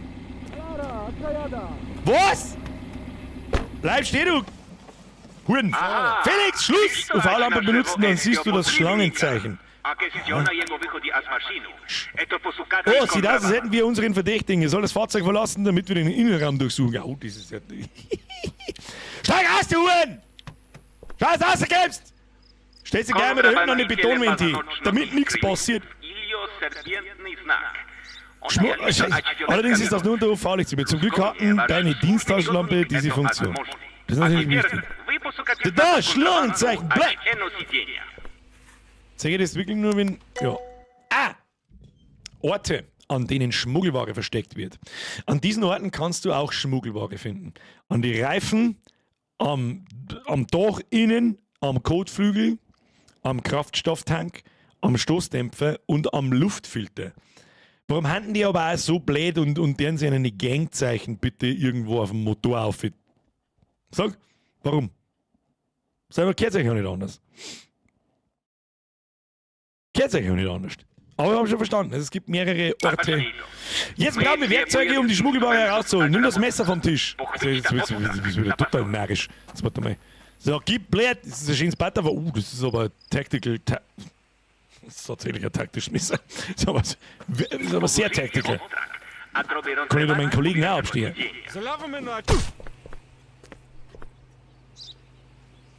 Entschuldigung, ich hab nicht gemeint, dass das geht. Was schliert? Blöd! Mr.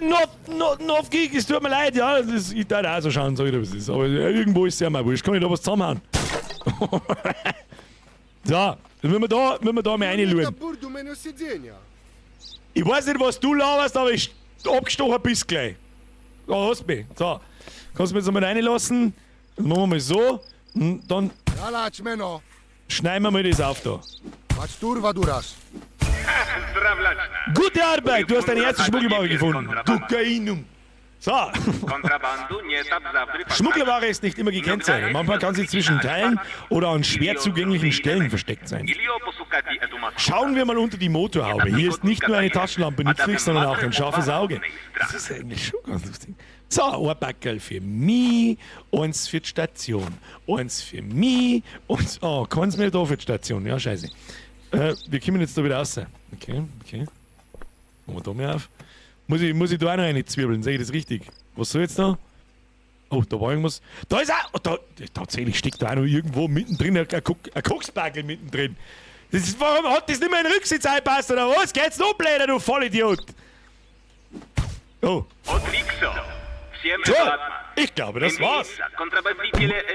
Vergiss nicht, dass Schmuggler sehr erfinderisch sein können. Du findest Musterkontrollmaterial in deinem Diensthandbuch. Breititz, finde ich so? Du kannst den Bastard jetzt verhaften. Das werden wir tun. Sei froh, dass er den nicht ansticht. Muss ich das auch noch kontrollieren oder was ist der Plan? Ich habe eigentlich schon 4 Bagel Koks gefunden. Dein Ausweis, den pult mir einfach so, damit ich daheim was zum Einheizen habe, du Trottel. Scheiß Langkunst. Ja genau, gleich ins Arbeitslager damit. Ab ins Gulag! Wir haben ja sogar Arrestzellen. Hier werden Kriminelle festgehalten, die auf den Transport ins Arbeitslager warten. Baue das Gefängnis aus, um die maximale Kapazität zu erhöhen. Stelle einen Gefängniswärter ein, um Fluchtversuche zu verhindern. Denke daran, dass das Zurücklassen von Gefangenen im Polizeiauto auch das Risiko birgt, dass sie fliehen. Sag ich, muss ich die selber ins Arbeitslager fahren dann, oder was? Das habe ich nicht umrissen, dass das so aufwendig ist, das Spiel. Ich habe eigentlich wirklich gemeint, ich sitze da behindert an der Grenzkontrolle und da vorne gleich vorbei und das war's dann. Und wird einigermaßen komplex, aber nicht, dass ich da eine ganze Gefängnisstation führen muss. Das ist dein Lager. Hier lagerst du abgefangene Schmugglerware, Werkzeuge, Waffen und andere Dinge. So, ist da Kokain drin jetzt, oder was? Kokain. Vielleicht kannst du es dir eines Tages leisten, es zu verbessern. Hier, schauen wir mal. Ah, okay. Lager. Hier kannst du deine Werkzeuge, Waffen, erbeutete Schmugglerware und Handelswaren abgeben. Werte das Lager auf, um mehr Gegenstände zu lagern. Denke daran, dass alle losen Gegenstände verloren gehen. Nochmal. Denke daran, dass alle losen Gegenstände verloren gehen. Also das heißt, was sind denn lose Gegenstände? Du kannst Gegenstände aus deinem Inventar oder direkt aus dem Polizeiauto mitnehmen. Schnelles Verschieben von Gegenständen zwischen Fenstern, Controlling gemacht hast. Kokainum. Messer behalten wir uns. Wie machen wir das wieder zu? Bitte jetzt den Beamten Maximov, das Fahrzeug loszuwerden. Muss der mal mit dem, warum, das können wir doch, muss ich nehmen das jetzt? Was ist denn da? Da sitzt den ganzen Tag, du rauchst seitdem ich da bin. Was weiß ich du? Oder? Kontrollbereich leeren. Ich komme jetzt mit dem Babuschka-Besen. Es gibt verschiedene Arten von Werkzeugen, die benötigt werden, um bestimmte Arten von Verstecken zu öffnen. Dünne Materialien wie Reifen und langsamer! Harte Elemente kannst du mit Hämmern zerschlagen. Mit Äxten kannst du Kisten, Fässer und Kraftstofftanks öffnen. Ist da immer ein Logo vorher drauf oder kann ich einfach willkürlich alles zusammendreschen, was da ist? Wo ist ein Werkzeug? Ich brauche mehr Werkzeug. Werkzeug wo? Ich kann einfach mit dem...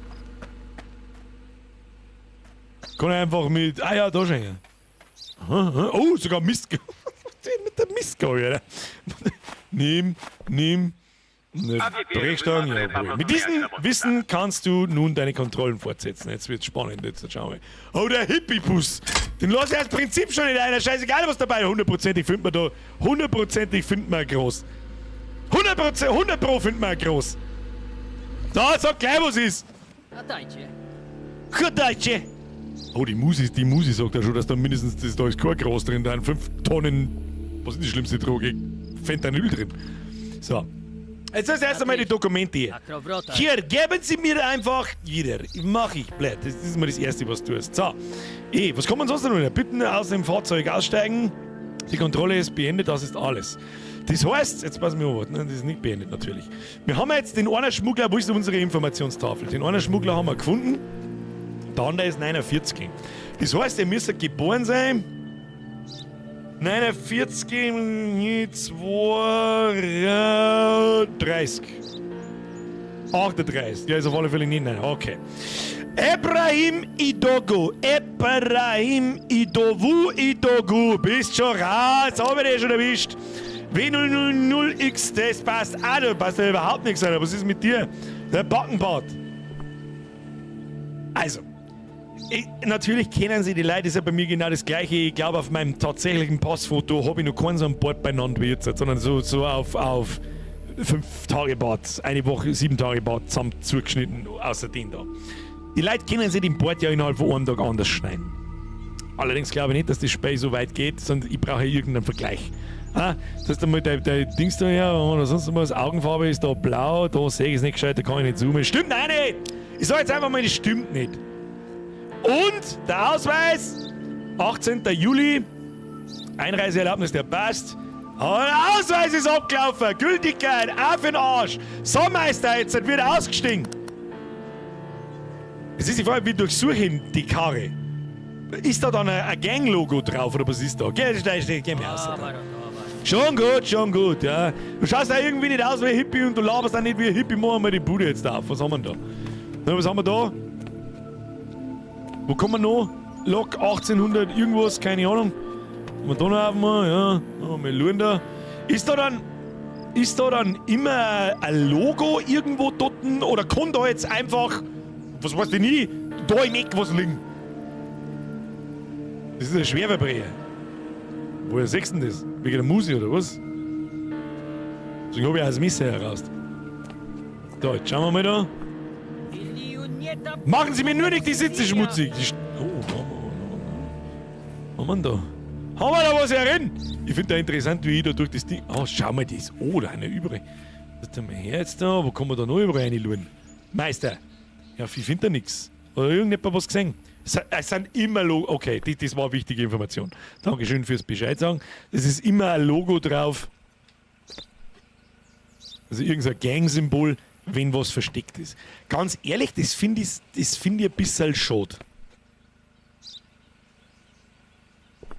Dass zum Beispiel da jetzt irgendwo ein Gang-Logo drauf wäre, wo ich offen einsehen kann.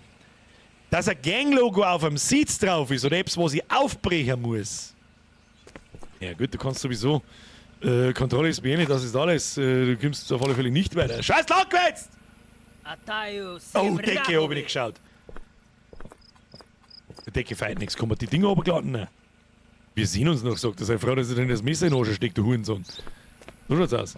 Vielleicht sollte man das Wort mit H auch weniger oft benutzen. Vielleicht haben deswegen alle Streams einfach gelb, keine Ahnung. Tommy! Mach die Schmuggel fertig, Alter. Schöner Gruß von meiner Freundin. Schöner Gruß zurück, gibst dir einen Kussi aufs Nussi. Felix, UV-Lampe benutzen, dann siehst du das Schlangen. Hab ich noch gelesen. Felix, danke dir. Danke auch an den Rest. Servus da, nächster. Perfekte Fahrzeugkontrolle. F1, Ergebnis der Prüfung. Zusammenfassung der Fahrzeugkontrolle. In dieser Zusammenfassung findest du alle Auffälligkeiten des letzten Fahrers. Wenn er ein Schmuggler war, wirst du ja auch sehen, wo er die illegalen Waren versteckt hat. Name, Surname, Daten korrekt, markierte Fehler, Fehler nicht markiert, falsch markiertes Feld. Okay, du mir. Schaut jetzt aus, als bei alles ist schlecht. Bewertung perfekt. Ja, das werden wir dann schon rausfinden. So! Du schaust mir das ist aber eine schnieke Karre, mein Freund, aber du schaust mir ein bisschen suspekt aus. Tut dir mal den Nase her. Natürlich, sofort! Okay, let's have a look. Ganze Sultanov, passt ja, J986, 8F8N, das passt ja mal, gültig bis September, das passt auch. Gültig bis Mai, tja mein Freund, dein Reisepass ist wohl abgelaufen. Hier, Passnummer, Gültigkeitszeitraum, Arsch. Was haben wir da? Das passt. Ah, Hör mir auf, wie alt ist der? Das, ohne Scheiß, Jahresdinger ausreden, das ist das allerletzte. 26. Nein, das ist auch nicht der, den wir suchen, glaube ich. Jetzt ist die Frage, muss man immer aussteigen lassen, oder was? Aus der Bude! So, hat er was versteckt? Ob du was versteckt hast, habe ich gesagt? Muss ich die Karre da jetzt mal komplett so durchsuchen, oder? Schauen wir mal. Du Handschuhfach? Nein, hast nicht. Nicht da sonst noch irgendwas? Schauen wir mal. Nö. Mai kommt nach April. Oh, nicht abgelaufen, ist jetzt der Scheiße. Dann müssen wir nochmal zurückgehen. Müssen wir nochmal so machen. 31. Mai. Ist tatsächlich richtig. Ja, so viel zu meiner Aufmerksamkeitsspanne. Wisst ihr was es ist? Ja, schaut, für das habe ich euch dabei. Irgendeinen Zweck braucht, müsst ihr es auch haben. Der ist nicht abgeschlagen, dann ist er dieser Guter. Dann bist du ein Guter. Du schaust aber auch aus wie ein Guter. Muss ich sagen. Ich glaube, dass ich da nicht. Müssen wir hinten nochmal schauen. Mach einfach deinen Job. Es gibt ja nichts Illegales. Ja, das haben schon mehrere gesagt, du. Das haben schon mehrere gesagt, aber es schaut wirklich gut aus. Schau her, ganze Sultanov. Ja, schaut gut aus. Kontrolle ist beendet. Schaust lang gewinnst. Viel Spaß in Akanka! Knall die Babuschkas, trink die Flasche leer. Ich glaube nicht, dass was fällt. Jetzt soll ich mit der Mistgabe in den Arsch ein. Weiß nicht, wie es da fährst, aber sehen wir es nichts. Und das passt. Ah, perfekte Fahrzeugkontrolle. Bis jetzt haben wir Zero Dip. So. Das erinnert mich ein bisschen an was Blatt. Und auch mit der Mistgabe zustechen, okay, ich glaube schon. Blatt 1 und Blatt 2. Ah, da waren die meisten von euch noch in Abrahams Wischkessel. Das ist ein Wahnsinn. Das war, da kann der Papa wieder vom Ersten Weltkrieg verzeihen. So, nächster! Willkommen in Russland, wo Grenzkontrolle mit Missgabel passiert. So! Deutsche, blöd! Pass mir auf, die Musik wird doch nicht so geil. Da will ich den Ausweis, rück mir den Ausweis aus. Hopp. Ja, das ist notwendig. Frag nicht so scheißbehinderte Trottel. Anatoli Filippov. Filippov, das passt ja. 4 Jahre, passt auch. Y, passt auch. Gültig bis 19. Juli, das passt auch. Gültig bis, passt auch. Das ist mir zu verdächtig, mein Freund. Was sagt das Beitel? Halber Bart, das schaut gut aus, das schaut auch gut aus, Mütze schaut gut aus, Kapuzen. Ich weiß ja gar nicht, was man beim Foto alles schauen muss. So, ich blende jetzt erstmal vollkommen ins Fressbrenner, jetzt schauen wir mal, was da los ist. Ist da was los da drin? Ich sehe hier kein Lot. Tut mir aus, okay, komm mir aus, da irgendwas. Nein, warte mal. Schon gut, blöd. Wann bist denn du geboren, mein Freund? 9/4/49. Oh, der Mann ist 49. Ja. Warte mal. So, Checo, jetzt schauen wir mal, was da irgendwo was versteckt haben. Brauchst du mir nicht verzeihen, du? Brauchst du mir nicht verzeihen, du? Wo ist der Schund? Rücken raus. Da, wo ist denn der Schund? Ich finde ihn nicht. Am Reifen vielleicht, ne? Hier werden sie nichts finden. Ja, das werden wir noch schon sehen. Na, was hat denn der? Das ist ja irgendein Special-Typ, oder? Warte mal. Eine unserer Informationen innerhalb der schwarzen Schlange-Bande hat wertvolle Informationen über eine weitere Schmuggelsendung. Der muss ein Schmuggler sein. Der Stempel. Was ist der Stempel nicht stimmt? Nein, der Stempel stimmt. Es gibt nämlich auch einmal rund und einmal ein Fünfeck. Aber können wir gerne nachschauen. Für das haben wir unser Kontrollbericht, Reifen, Kisten, Außenfahrzeug, Innenraum, Werkzeuge, Säcke, sonstige. Das mache ich jetzt selber. Kommt man da nicht irgendwie schneller hin zu dem Logo-Vergleich da? Ich meine, das Dokumentending da, das wird auch immer länger. Je mehr Scheiße, dann da kann ja alles Mögliche sein. Da, kreisrundes Beispiel. Also am Reifen rechts vorn habt ihr gehört. Da ist der Zahl! Wo? Ist das? Was müssen wir jetzt auch? Das Ding da, kann man das Ding aufbrechen? Ich probier's mal mit der Mistgabel. Verdammt, was machst du da? Halt mal du den Mal, sonst gibt's die verdammte Dingsbums hier in Arsch. Du hast mal Hacke vielleicht? Verpiss dich einfach jetzt zusammen. Ja, ich wollte einfach nur umeinander hauen. Da! Ja, jetzt ist die Frage, da haben jetzt zwei, da ist sogar nur ein Logo dort. Jetzt machen wir erstmal den Reifen ab. Nein, nicht aufsteigen, du Trottel. Nein. Ja, guckst du blöd! Schmuggelware gefunden! Was, Waffen? Ja, ich habe ein bisschen hiervon und davon. Nimm das Geld und lass mich gehen. Was?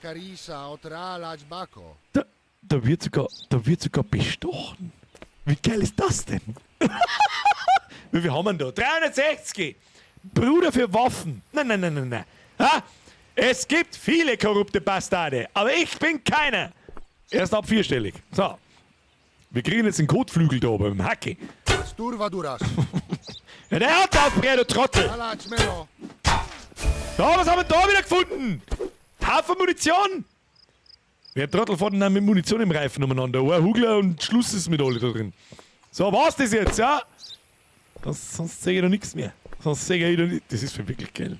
Das ist wirklich stark, das Spiel. What the fuck, wir kommen auf sowas? Schluss, Kontrolle ist beendet, das ist da. Nein, das ist nichts beendet. Jetzt, warte mal, ich muss dich ins Gefängnis stecken, verhaften. Abflug! Du machst große Fehler, ja, das haben wir schon mehr gesagt. Nimm's Geld und verhaften. Das probieren wir beim nächsten. Der nächste, der uns besticht, wir nehmen Kohle und wir verhaften. Aber ich glaube, dass er dann gingen sämtliche Interaktionen gingen dann flöten und er steigt einfach ein und fährt davon. Das ist nix. Nein, das ist nix. So, was ist da? Schaut's aus, mit zwei Deppen. Es ist die Frage, was wir mit denen dann tun. Oh, da ist irgendwann das Telefon. Einen Bericht schreiben? Nein. Das ist eine geile Spielidee, oder? Das ist echt eine geile Spielidee. Wer kommt mal auf sowas? So, wie schaut's mit dir aus? Mr. Maximov? Hä? Ach, du musst ja freilich, ich muss das Auto verrennen. Da liegt noch Zeug am Boden, wo? Wo liegt? Da liegt tatsächlich noch was am Boden. Sehr gut aufpasst. Die Sachen fallen da natürlich außer. Jetzt, wie müssen wir das in der Lager tun? Das habe ich schon wieder vergessen. Ah, jetzt haben wir Koks und Waffen. Geil, Alter. Können wir die ja selber verkaufen? Oder kann ich mir eine Koksknarre bauen? Gib mir die Hashtag Koksknarre! Ab in den Chat haben wir schon lange mal gehabt. Geld nehmen und ablehnen. Alles zu legen, nimmst Geld und verhaften. Ja, das probieren wir beim nächsten Mal. So, jetzt pass auf. Was ist jetzt? Da kommt da noch einer. Jetzt müssen wir den Tag wieder beenden. Ha? So. 2 von 3 Leuten verhaftet. Der Tag hat Struktur. Ist das unser Badwanne? Sag ich das richtig? Hm? Das ist unser Badewanne. Was ist denn das da? Ist das der russische Duschhahn oder was ist das? Du sagst kaum, aber der Topf ist auf der falschen Seite. Aber gut.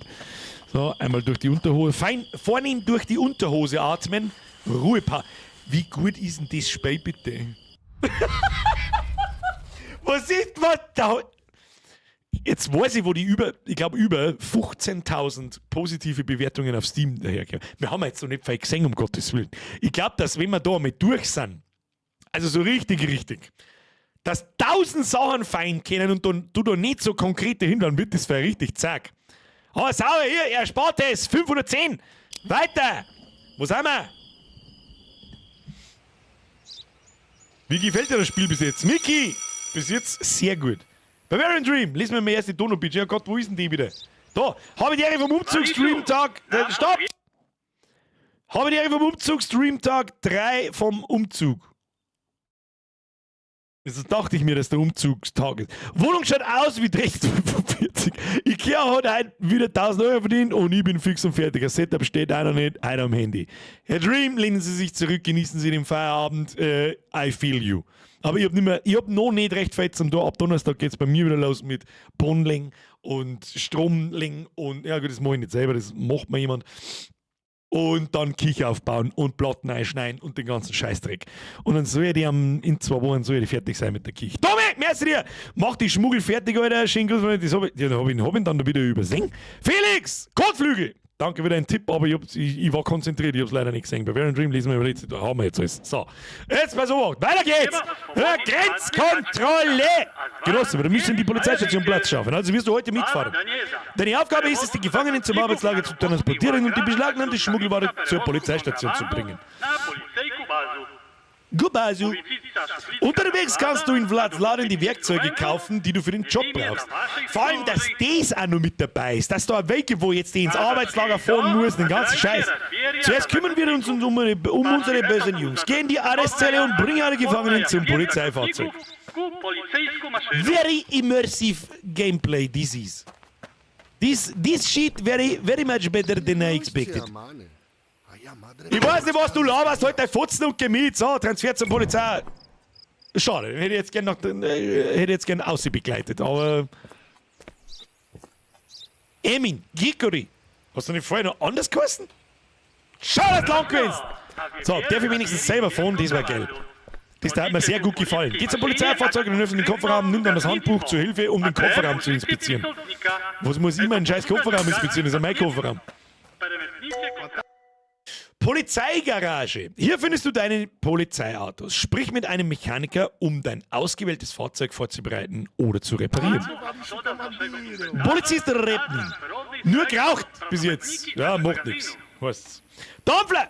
Warum Zöllner keine Tabletten kriegen? Weil man in Arschlöcher nur Zapfen schirmt. Blätt. Dampfler, merci für deinen Resub. So, was haben wir jetzt da? Ah, scheiße, ich muss ja das ganze Graffi mitnehmen, oder? Lagerprüfen. Und da liegt einfach ein Hacke drin. Das nehme ich jetzt mit. Hacke, komm mal rüber. Okay.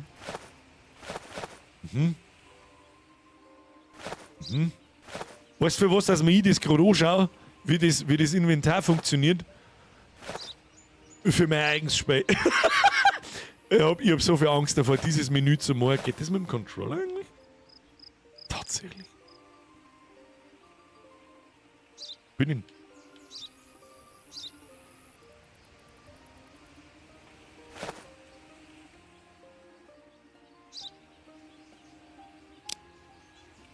Funktioniert ja mit dem Controller nicht gescheit. Kenn ich. Okay, weiter im Programm. Ja, das ziehen wir da auf. Das ist unser Inventar. Das passt schon, das passt schon, das passt schon. So, wir müssen mal jetzt was machen. Muss ich das jetzt warte mal. Ich muss das ganze Klumpen mitnehmen. Nimm die Schmuggelware direkt aus dem Inventar oder nimm Gegenstände aus dem Lager. Dann müssen wir wieder zurück aus. Wirst du auch Little Nightmares 3 spielen, wenn es da ist? Mickey, ja, werde ich. Die ersten 2 Teile waren grandios. Ich kann mich nicht mehr daran erinnern, haben wir mit den ersten Teil auch im Stream gespielt. Little Nightmares. Den zweiten haben wir auf alle Fälle im Stream gespielt und der war Weltklasse. So, Lager, wo? Okay. Schmuggelware, blöd. So, die Koffer mal ein in Polizeikarren. Es war halt jetzt geil, wenn man auch noch einen illegalen Weg einschlagen könnte, sie bestechen lassen könnte, da Skills dafür hätte, dass das nicht so auffällt oder nicht so viel ausmacht, dass man die Drogen selber verkaufen kann oder wie auch immer. So, jetzt mal so. Machen wir so. Es sieht so aus, als wärst du bereit. Setz dich ins Fahrzeugblät. Fahrzeugblät. Machen wir dazu. Wenn alles so richtig geht, fahren wir vielleicht nicht mit dem Messer ausgezogen. So. Station ändern. Machen wir die keinen Sinn.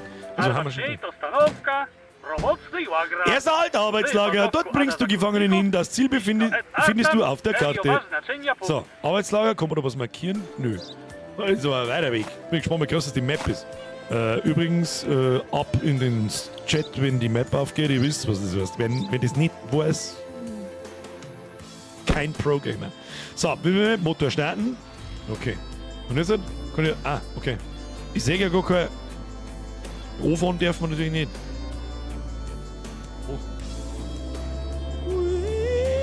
Ah!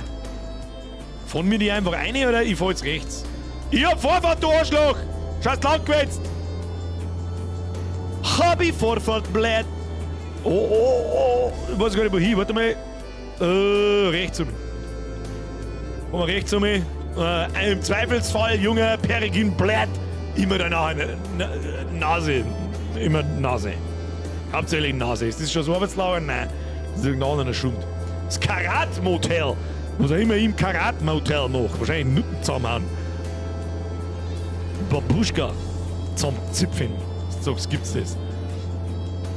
So. Was, diese blöd? Ach, nicht ab da. Oh nein, sieht so aus, als hätte der letzte Sturm einen Baum umgeworfen. Wir können nicht weiterfahren. Was liegt da an? Licht da aus? Da ist sogar eine Sirene, Alter. Motor aus, ausgestiegen, du hast das Hack geerdet, halt zusammen das Ding!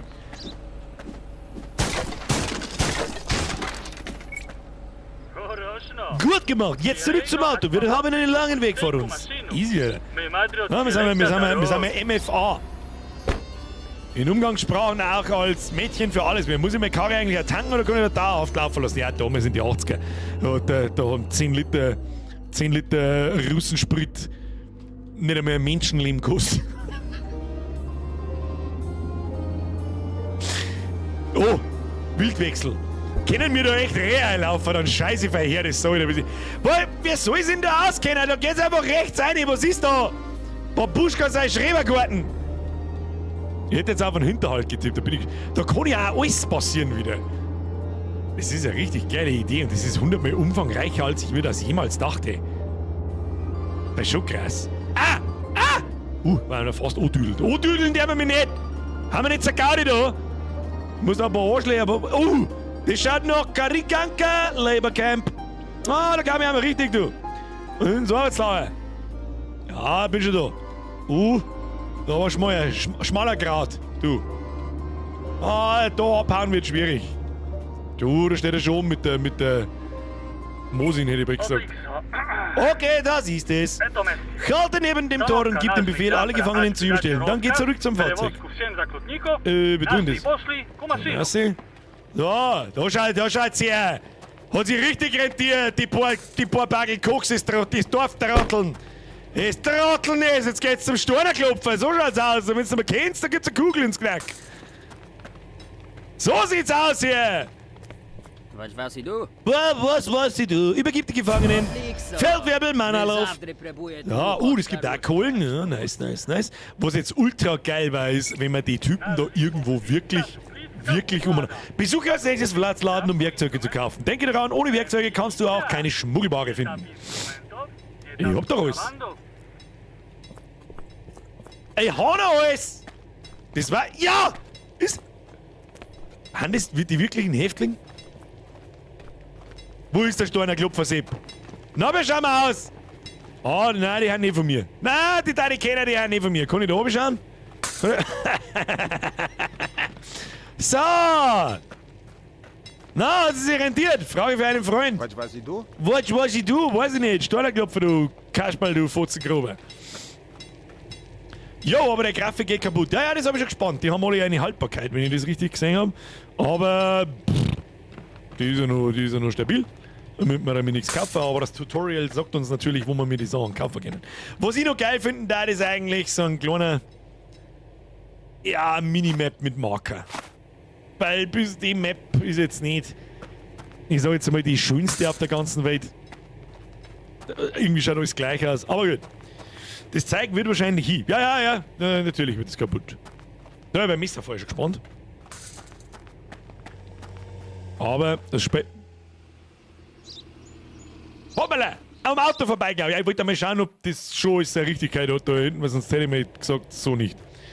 Mario, wer ist für den Zwiegel 50 gehen? Nächste Leberkassime geht auf mich, Fragezeichen. Ja, mittlerweile kriegt man wirklich bloß noch eine Leberkassime für den Zwiegel 50. Vor 2 Jahren habe ich da noch eine gekriegt und 10 habe ich Trinkgeld geben können. So, Motor starten, machen wir die Türe zu, blöd. Wir kommen nicht da jemals wieder raus, das ist ein Kreisverkehr. Ist das ein sogenannter Sowjet-Kreisverkehr? Ich glaube schon. Wo geht's raus? Was ist das da? Muss ich noch ein bisschen nachschauen. Ja, ist mir wurscht jetzt, das findet man schon raus. Was ist mit der Muni und dem Koks? Das ist eine gute Frage. Was tut denn Munition und das Koks im Arbeitslager? Ja gut, wobei die Steinerklopfer da schon mir ein Bagel Schnupfer lassen. Ja, wenn er so am Steuer wären gleich 5 in der gleichen Zeit. Ich gebe dir Brief und Siegel. Nein, ich bin angefahren! Ist was kaputt? Ich sag, wo fahr ich nicht da an? Ich sehe ja nix! Scheiß Russenkarre da. So, is this the way? Do you know the way? Blöd! So, was haben wir noch für ein Radiosender eigentlich? Da haben wir vorher mal.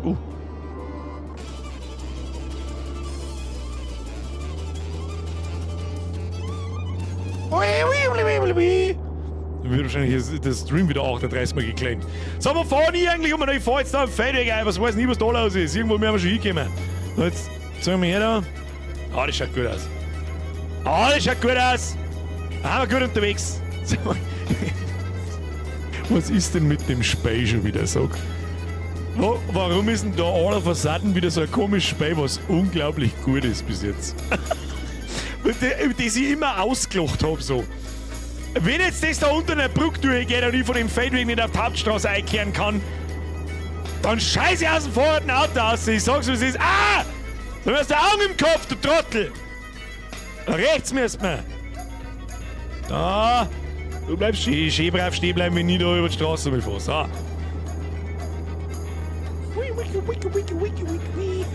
Das ist der der russische, wie heißt denn, der Geigensepp.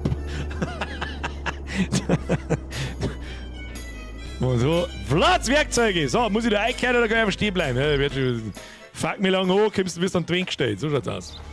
So, open. Bist du flott? Du bist fast ich. Haha, lustiger Witz. So, was ist das für ein Stuhl? Geh weg. So.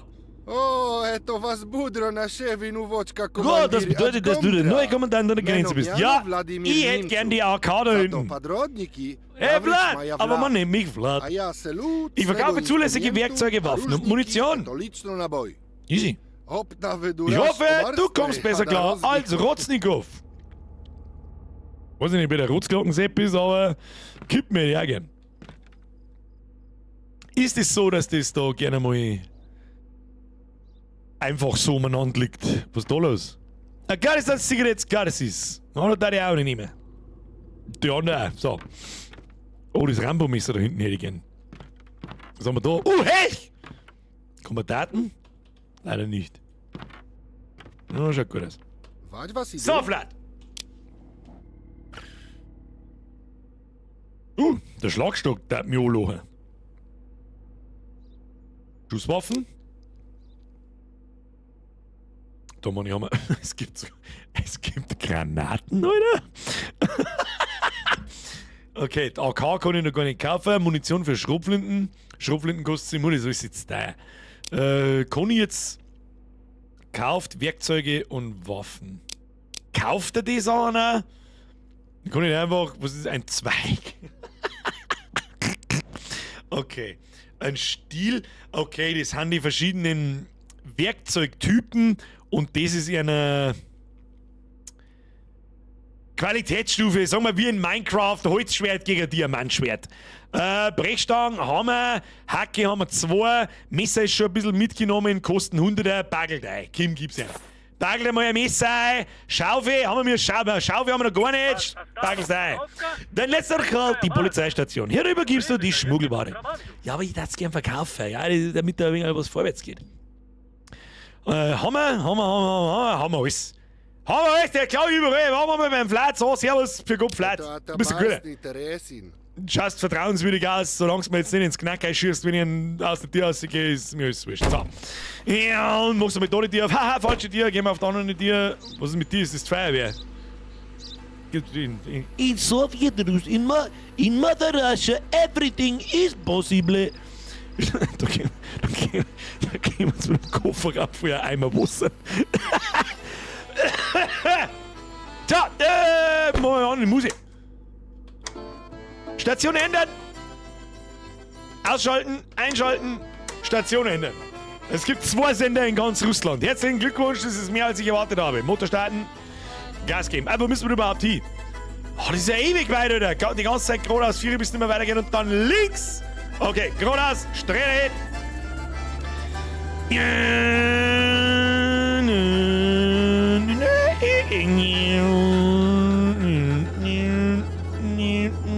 Oh, das habe ich mir gedacht. Oh, nicht schneiden.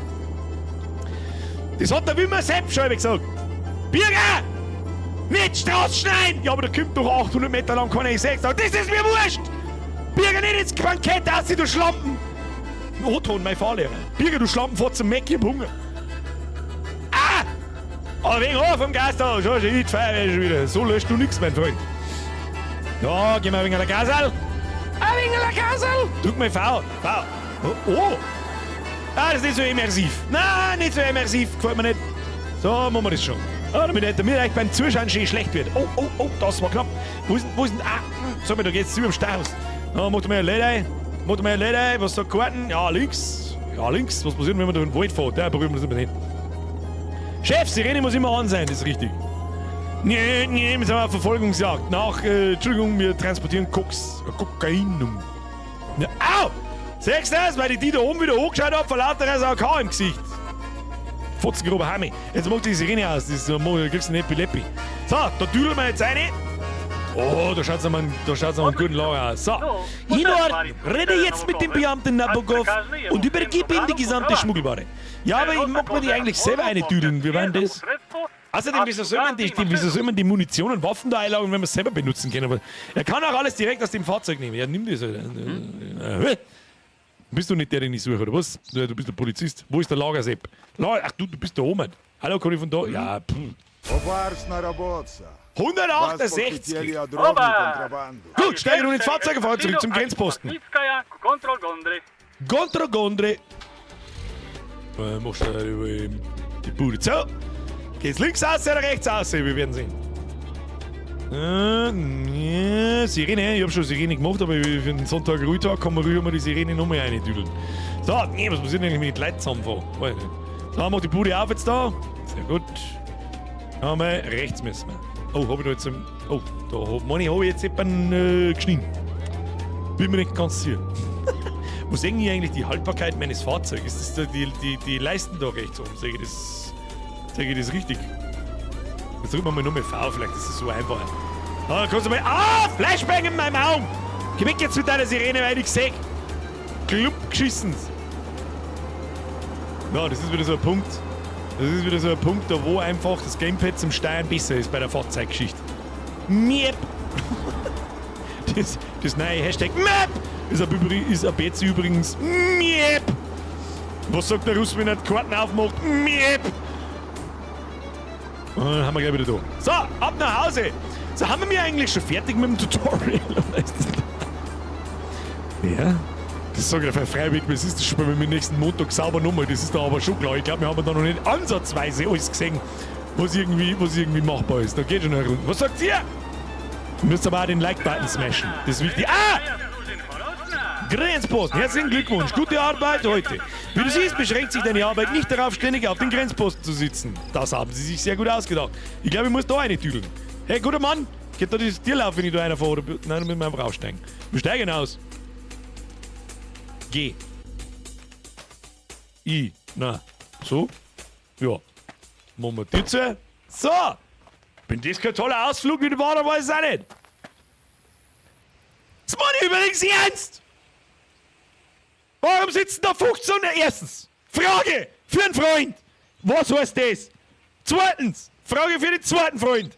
Was machen 15 Leute da drin? Frage für den dritten Freund. Stimmt nicht, so viele Freunde habe ich nicht, aber egal, hast du schon auf Like gedrückt. Hä?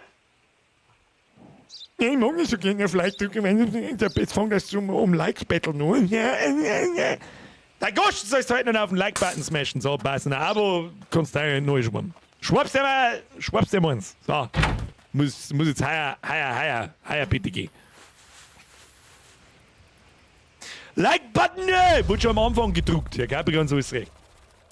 Reaper, danke für den Zwickel. Hauptsache wieder besoffen durch die Gegend fahren. Nix besoffen. Ich bin nicht an, dass du sagst, gibt's das? Vielleicht ein, zwei Triebfall Klosterfrau Melissengeist. Aber der geht dabei. Ah, der schwimmt einfach mit. Schluss, Benni. So, Unwetter. Einsatz fertig. Bin wieder da. Schön was bei der Feier. Haben wir Unwetter. Falls wir ein Unwetter haben, dann muss ich meine Pflanzen retten. Die habe ich umtopft. In Depth. So. Schön, das war ein lukrativer Tag. Haben wir keinen Schwanz kontrolliert. $528 ausgemacht. Easy! Schreibst dir einen 3, oder? Freilich schreiben wir alle 3.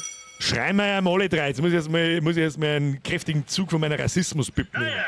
Наша дрозни не брюжната, ная аж контра. Вебудзец обрабец, актроша детели, худри грузку, перевозку на Ародия. So hat jetzt noch weit mehr Rauch ausgeschaut, als es tatsächlich ist. Mach weiter und winke den ersten nicht raus. So, muss ich jetzt einfach auf eigene Faust.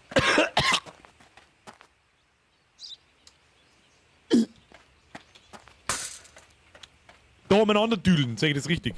Was haben wir da? Einreisebestimmungen. Frachtbrief, haben wir einen Schmuggler. Also, unser Nachrichtendienst hat ein Telefonat abgehört, durch welches wir konkrete Informationen über einen anderen Schmuggler erhalten haben. Nationalität Al-Barak. Okay, wir merken uns einmal Al-Barak. Was haben wir da? Das ist neu. Was ist da? Einreisebestimmungen. Frachtbrief. Mit Wirkung vom 19. April. Was ist denn für einer? 19. April. 81 ändert das Verkehrsministerium die Vorschriften für die Güterbeförderung innerhalb Akankas. Jeder Fahrer, der Ware einführt, muss einen gültigen Frachtbrief haben. Jede Unstimmigkeit in den Unterlagen führt zur Verweigerung der Einreise. Aha. Oh ja, wir haben schon hingekriegt. So. Pitchen, einfahren. Ja, du schaust eh schon wieder so aus, als bei da hinten Schulklasse Minderjährige drin. Alle Fahrer, die Fracht transportieren, müssen einen gültigen Frachtbrief vorweisen können. Prüfe seine Dokumente. Dokumente, blöd. Kann ich Ihre Dokumente haben? Akrofrotai, heb's nur ein wenig her. Schau ich aus wie der Kobe Bryant oder was, du Volltrottel. So. Cyril, Isaev, das passt ja schon einmal. 12 UQ, 33,5S, 33,5S. Gültig bis Oktober 81, gültig bis Juli 81. Das schaut schon mal gut aus. Der Bettel, wenn man nicht alles teilt, dann immer nur mal einen Kontrollblick. Schau mich an. Die beste Art, ein Dokument mit dem tatsächlichen Fahrrachtzustand zu vergleichen, ist mit Hilfe der Frachtliste. Nimm sie vom Tisch. Was für Frachtlisten, was tue ich mit? Achso, das ist meine hauseigene Fracht. Für was hab ich jetzt ein Messer gekauft, oder wenn wir die wieder eins hinlegen? Ja, tu das her, das Klump. So, Frachtliste, blöd. So, okay. Was haben wir? Ach, Alter. Okay. B wie blöd. Und jetzt, Frachtbrief. Lesen wir mal kurz, was der Frachtbrief kann, aber wahrscheinlich muss man einfach die Waren und die Stückzahlen miteinander vergleichen. Beim Transport von Waren muss der Fahrer über einen gültigen Frachtbrief verfügen. Überprüfe, ob die im Frachtbrief aufgeführten Waren mit der aktuellen Ladung übereinstimmen. Wo sagt denn ich, was ist aktuelle Ladung, blöd? Tu mir erst einmal schauen, ob da irgendwo... Weißt du das schon? Ah, Schlangensymbol oder irgendein Kass. Oh, hätte ich schon Tropfen. Das ist das erste, was wir nachschauen. Du, der Schmuggelsepp. Schmuggel, wo bist du überhaupt her? Alback, ne? Du bist aus Akanka. Akanka. Ugünku. Ugünku. Was haben wir da? Ah, da kann man sagen. Hab schon gesehen. Da ist nichts. Wir müssen auch ein wenig Augen aufmachen. Wenn ihr was sagt, müsst ihr sofort einen Chat mit Caps Lock. Und da ist was vollspammen, damit ich sehe im Augenwinkel, wenn da der Chat, was ich sehe, das Rauschen anfängt. So. Ja, muss, dass ich jetzt da einsteige und Waschmaschinen und Klos zähle, oder was? Okay, komm, leck mich am Arsch, spinnt sie ein wenig. Leck, oder was? Was ist das für ein Klo? Scheißen in die Sowjetstaaten, sagen wir da Staaten, keine Ahnung, scheiß da der Hulk nur irgendwo hin. Und der Rest in den Garten aussehen, oder was? Okay, weiter, Kim. So, Gasherd 3.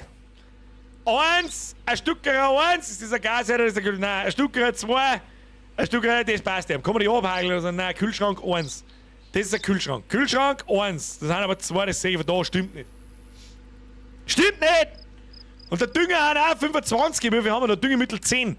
2, 4, 6, 8, 10. Ja gut, das stimmt ausnahmsweise. Entflammbare Substanzen 1.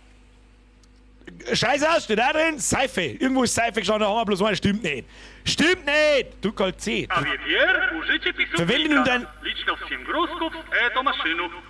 Um die gesamte Lage aus diesem Fahrzeug zu zählen. Halte linke Maustaste, drücke die rechte Maustaste, um deine Notizen zu sehen. Was? Ach so. Anders war es ja voll schön. Warum gehen die jetzt wieder automatisch? Das heißt, ich sehe da, ich mache quasi Inventur für ihn, sehe ich das richtig? Scheiße, was wir noch sehen. Super, jetzt kannst du ganz einfach die Frage, das ist mit dem Fragen. Ja, aber das war ja anders für... Wie mache ich diese?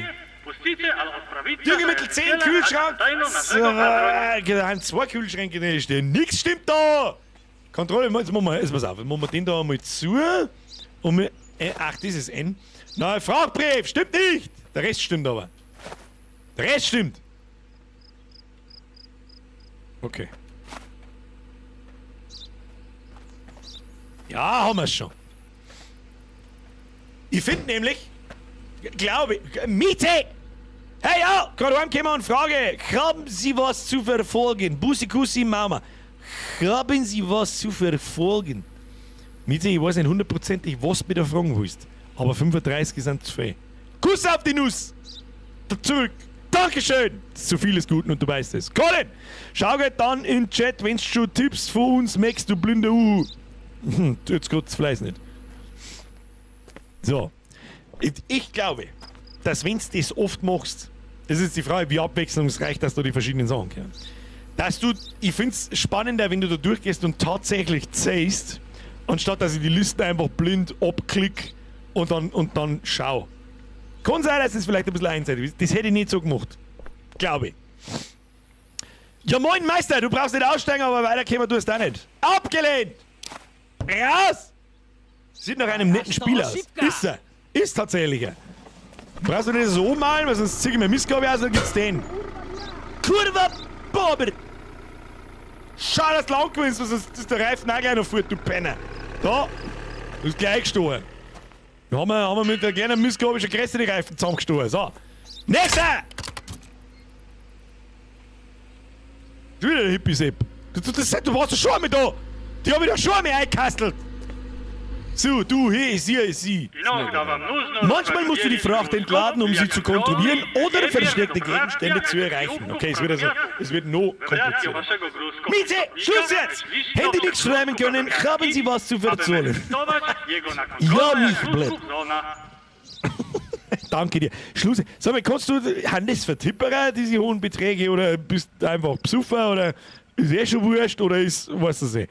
Miete, danke dir. Schluss jetzt! So, muss mich konzentrieren. Wähle deine Frachtliste aus und interagiere mit jedem geladenen Gegenstand. Drücke E, um Güter abzuladen. Okay, jetzt müssen wir mal da hinten rein düdeln. Haben Sie da dabei Petrol? Ich glaube kein Wort nicht. Machen wir so. Oder Hopplan. Was haben wir da wieder? Aha. Erst einmal alles raus aus der Bude. Das war's. Die ganze Ladung liegt auf den Tischen. Jetzt kannst du sie zählen oder nach Schmuggelware suchen. Oh, da haben wir ein Schlangensymbol rein. Das ist natürlich nix. Das ist Salzfisch, ja genau. Ein Fasselharing. Da kannst du die abschmieren. Mit dem Hack rein. Ja, schau hin, was drin ist. Granaten und Munition, 3 Pfund. Was haben wir da? Her mit dem Schund. Oh, und ein gestungener Fisch. Was nehmen wir mit dem Fassel? Da nehmen wir Brechstangen, glaube ich. Das macht mehrere Sinn. Piu, piu, piu. Haben wir wieder ein Bagel gefunden. Easy. Vormeister. Oh, haben wir einen sauberen Fund. Ein sauberer Fund. Ist das. Sag ich dir. So. Check-off. Wie schaut's aus? Möchtest du mich nicht noch kurz mal bestechen oder irgendeinen Scheiß? Schau, da kommst du. Raus aus der Bude! Komm ja auf keine blöde Idee. Das kleine Mist, glaube ich, nicht guschen. Wie schauen wir aus? 300, 400? Nimm mir und dann kastel die trotzdem ein oder so? Was denn? Na, ja. Na gut. Muss ich das auch noch vergleichen?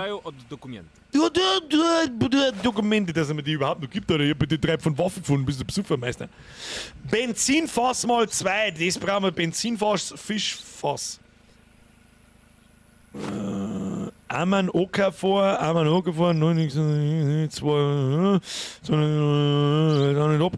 nicht abgelaufen, nicht abgelaufen. Es ist halt die Frage.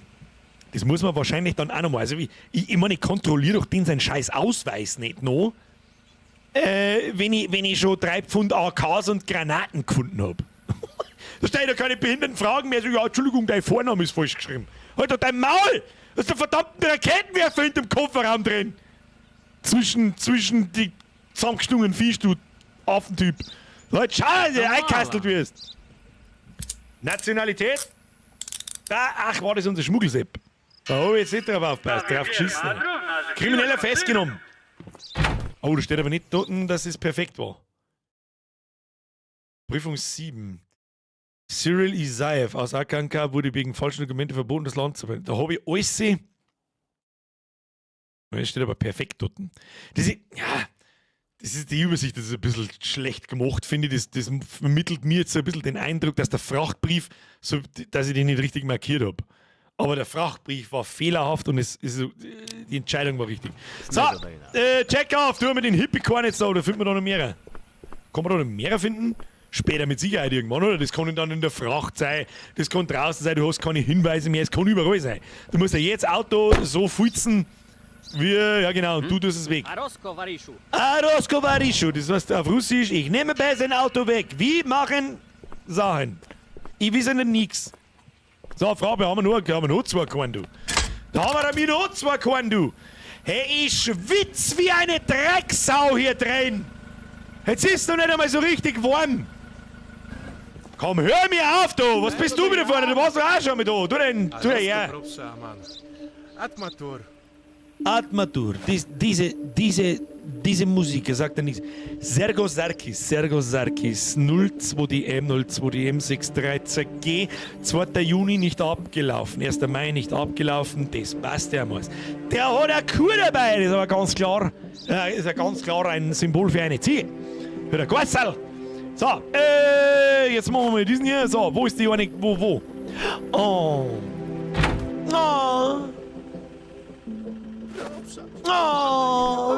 Oh mein Gott, es ist ein Babykuh, ist auch noch. Es ist ein Babykuh, schau so. Erst einmal mit der Mistgabel eingestochen.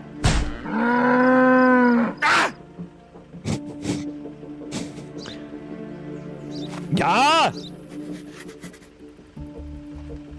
Q1. Okay, so. So, kann ich das auch wieder einladen oder tue mir die Kuh einladen? Zu einem Dinner. Ja, das schaut gut aus. Du musst die Fracht wieder ins Fahrzeug. Ja, wie mache ich das denn? Wie mache ich die Fracht wieder ins Fahrzeug? Haben wir unsere Fahrlampe eigentlich da mit durchgeleicht? Was ist da los? Dann wir da was übersehen noch. Oder muss ich da vielleicht mal in so. Warte mal. Sicher ist sicher. Nicht das da! Was schon? Hä? Mein Gaga. Wir tun das wieder rein. Tun wir das wieder rein? Wie tut man das wieder einladen? Ich weiß nicht. Vielleicht ist eine Schlange auf der Kur, vielleicht müssen wir es aufschneiden, vor Arsch passieren. Jetzt habe ich Hunger und voll Bock auf ein Schnitzel. Auf ein Schnitzel habe ich immer Bock, da muss ich gar nicht sagen. Wir bringen die wieder rein! Ich weiß nicht, wie man Fracht wieder einlädt. Hilfe, Hilfe! Wenn ich da reingrabe und einfach drück oder so? Nein. Hey Kuh. Oder muss ich das M sagen vielleicht? Dann brauchst du auch mehr Arbeit. Ladung zurück! At Maduro. Sechster! Haben wir schon wieder ein, haben wir schon wieder rausgefunden. Das war aber auch toll, wenn man einfach hingekannt und drückt und dann beamt es wieder ein. Das machen wir wieder zu, damit nichts fällt. Entschuldigung für die Störung. Kontrolle ist beendet. Da kommst du weiter. Da bringst du die Muli-Kuh, die bringst du rein.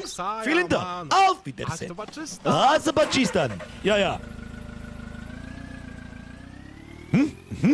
Und? Ha! Perfekte Fahrzeugkontrolle. Da fällt mir überhaupt nichts. So, nächster. Einer Tüdeln. Der Mann hat wieder mehr dabei. Da schaust man. Jetzt rief er da. Da stinkt was.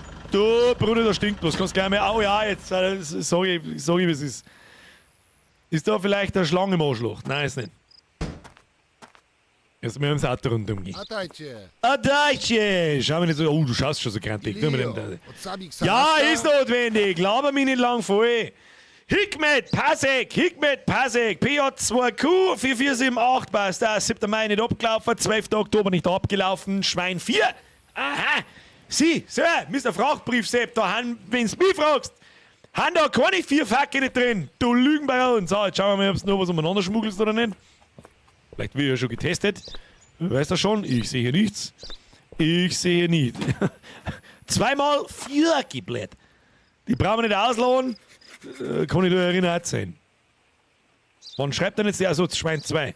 Ja, dann was ist mal mit der Einreise, wenn du da einen Krampf verzeihst, Meister. Jetzt pass mir auf, wie ist das gleich wieder gegangen? Kontrollbericht, Frachtbrief, für den Arsch.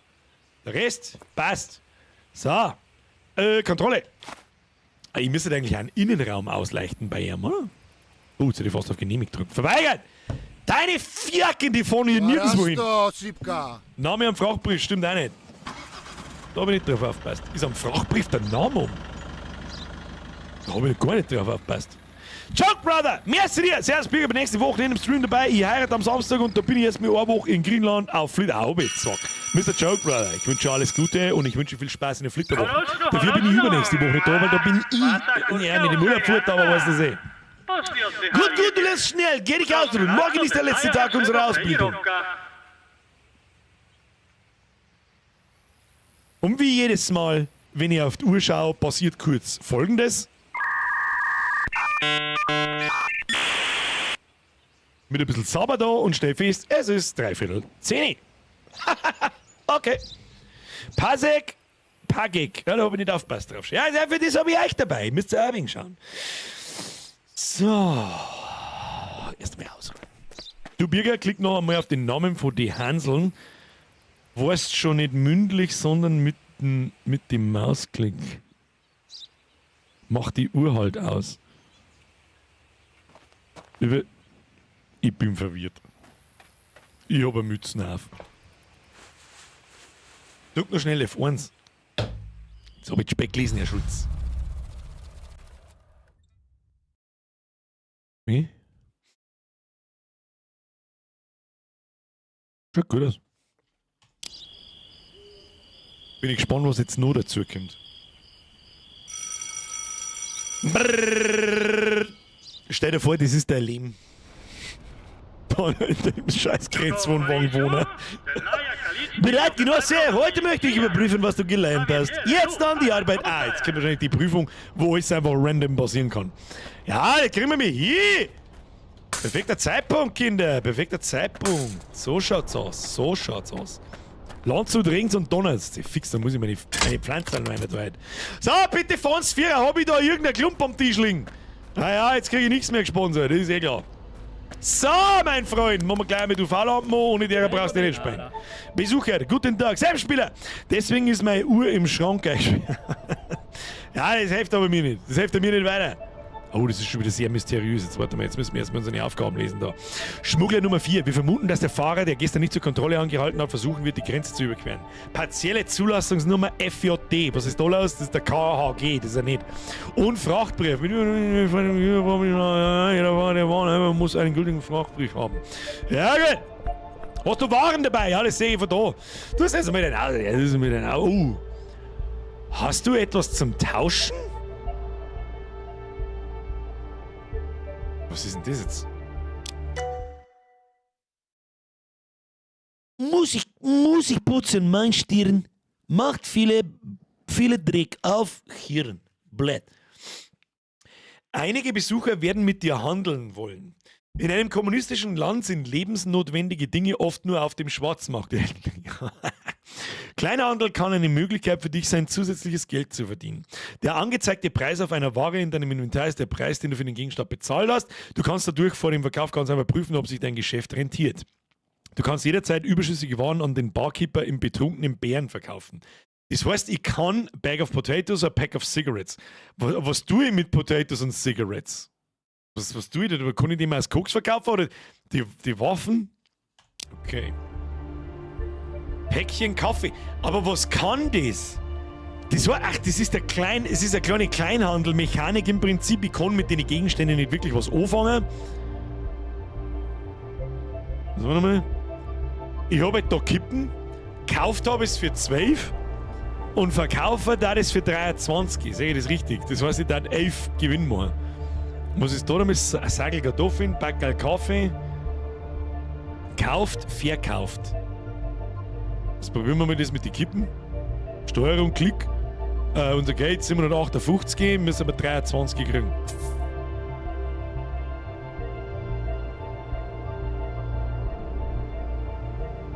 Und aber 35. Das verstehe ich jetzt nicht ganz. Ist ja wurscht. Und dann nehmen wir, weißt du, was wir deren? 3 Sagel Kartoffeln kauft man. Ah, das sind die Kommunistenaktien. Der gute alte Erdapfel. So. Jetzt trotzdem deine, die kann kontrollieren, du Kasperl. Hier sind meine Dokumente. Ja, jetzt seid ihr aber wieder von vorne. Okay. 12 mal 23. Nein, nicht 12 mal 23. 12 plus 23 Snussbeni. So was. Jetzt bei sowas. Der Dino Bolt. Der Dini Bolt. Stimmt jetzt schon nicht. Da brauche ich weiß schon. Nachname stimmt nicht. 1. Juli 44. Ja, schön für dich. 2. Oktober läuft nicht ab. GZK. 9 Zim. Passnummer. Stimmt nicht. Foto. Ich hab mir das mit meiner vergessen. Was Foto? Foto schaut gut aus. So. Dann müssen wir auf N. Radioaktiv. Was hat der dabei? Uran. Dein Reiseerlaubnis ist abgelaufen am 5. April und keiner von euch sagt was. Klickt bitte beide Namen an. Welche beide Namen? Klick. Keine Übereinstimmung.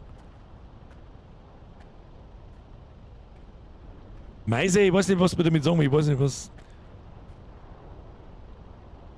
Gültigkeit. Ja, Gültigkeit stimmt auch nicht. Habe ich gerade noch gesehen. 5. April. Die darf stimmen. Reisepass, aber die Einreiseerlaubnis stimmt nicht. Einreiseerlaubnis, Gültigkeitszeitraum am Arsch. Foto passt. Jetzt gibt der Frachtbrief. Firma radioaktive Materialien. Mal einmal rundum leuchten, ob es da irgendeinen Schund auch noch dabei hast. So ist, so was es ist. Ja, Deutsche. Machen wir so. Ausladen. So, finden wir da noch irgendeinen Schund drin? Leuchten wir mal vorne durch noch.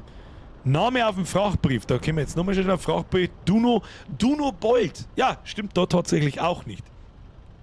Dann muss ich ja einen Frachtbrief trotzdem angageln.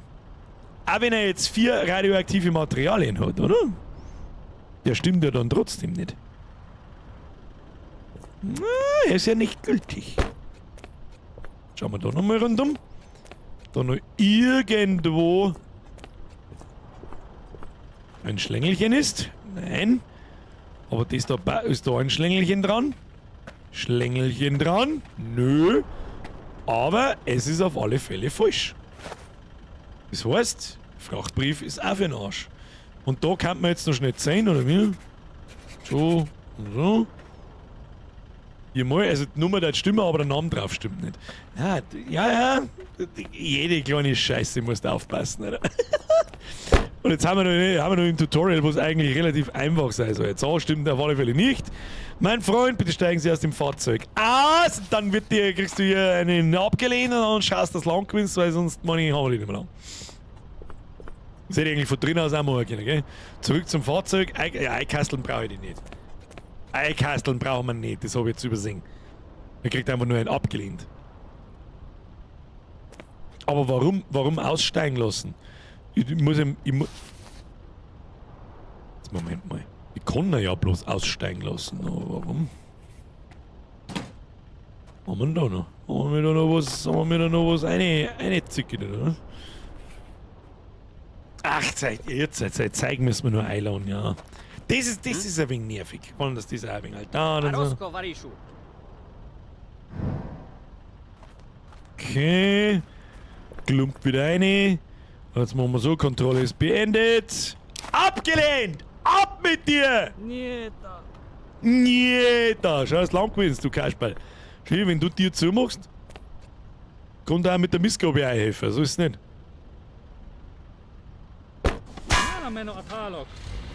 Warum machst du das? Ja, ganz ehrlich, frage ich mich auch. So! Ich will schon den nächsten einen düdeln lassen, ich glaube schon. Ah, schaust lang gewinnst. Nächstes Mal nimmst du einen anständigen Ziel mit, dann passt das. Der Fahrer erfüllte die einreisigen Bestimmungen nicht. Wieso kriegen jetzt bloß 80? Jetzt warte mal, war das nicht gut? Das war großartig. Irgendwas haben wir übersehen. Was haben wir übersehen? Was haben wir jetzt da übersehen?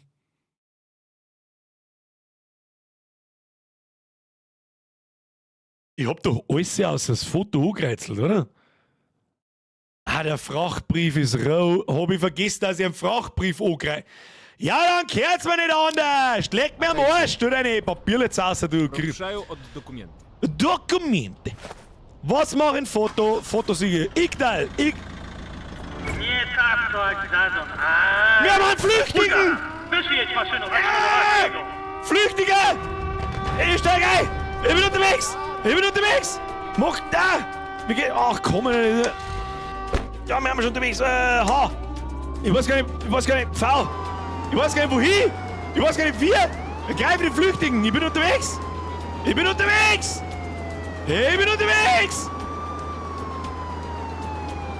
Das Arschloch! Rundes Kreuz bedeutet richtig gemacht. Nicht im Baum fahren. Ah, da oben sieht man, wie weit er weg ist. Nicht im Baum fahren! Ich seh doch mit dem Blaulicht nichts! Wer hat denn das gebaut? Das ist ein 30-sekündige Flashbang to my face! Alarm!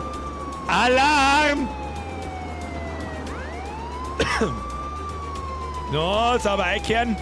Das glaubst du mir selber nicht. Ich bin am Feldweg schon abgehauen, da hast du noch nicht einmal einen Mofa-Führerschein gehabt, der Trottel. So! Habt ihr geil, was muss ich überhaupt tun damit? Kann ich aus dem Fahrzeug schießen oder was soll ich tun? Wiki, wiki, wiki, wiki, wiki! Hauptsache die geile Musik läuft im Radio während der Folge gesagt, das soll ja wichtig sein.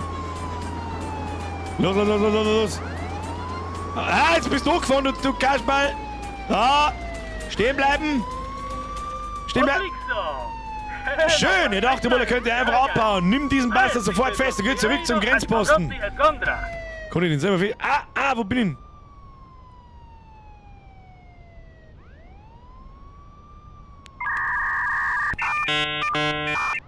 I broke the game. Where the fuck am I? What am I doing? Was ist denn jetzt? Ja, okay. Alles wieder gut, ich hab's gekriegt. So, Meister, aussteigen! Ab in den Knast! Gott sei Dank, dass ich da nochmal durchspringen habe. Können Sie das was Speckerbuch gewinnen? Selbst Spieler! Deswegen ist mir habe ich wieder gelesen. Trotzdem noch mehr Merci. Ein wichtiger Telefonanruf. Kehre zum Grenzposten zurück. Nimm neue Aufträge entgegen. Aha. Wir haben jetzt den Deppen da eingekastelt. Sehe ich das richtig? Ja. Machen wir so. Und dann, gibt's da nicht was Schönes wie... Geh, Motor starten, wo müssen wir hin? Geradeaus, links, kriegen wir hin. Da fahren wir lieber da herin, das geschützte Blau, das macht man narrisch. Aber das lassen wir noch, wir haben einen Besen herin.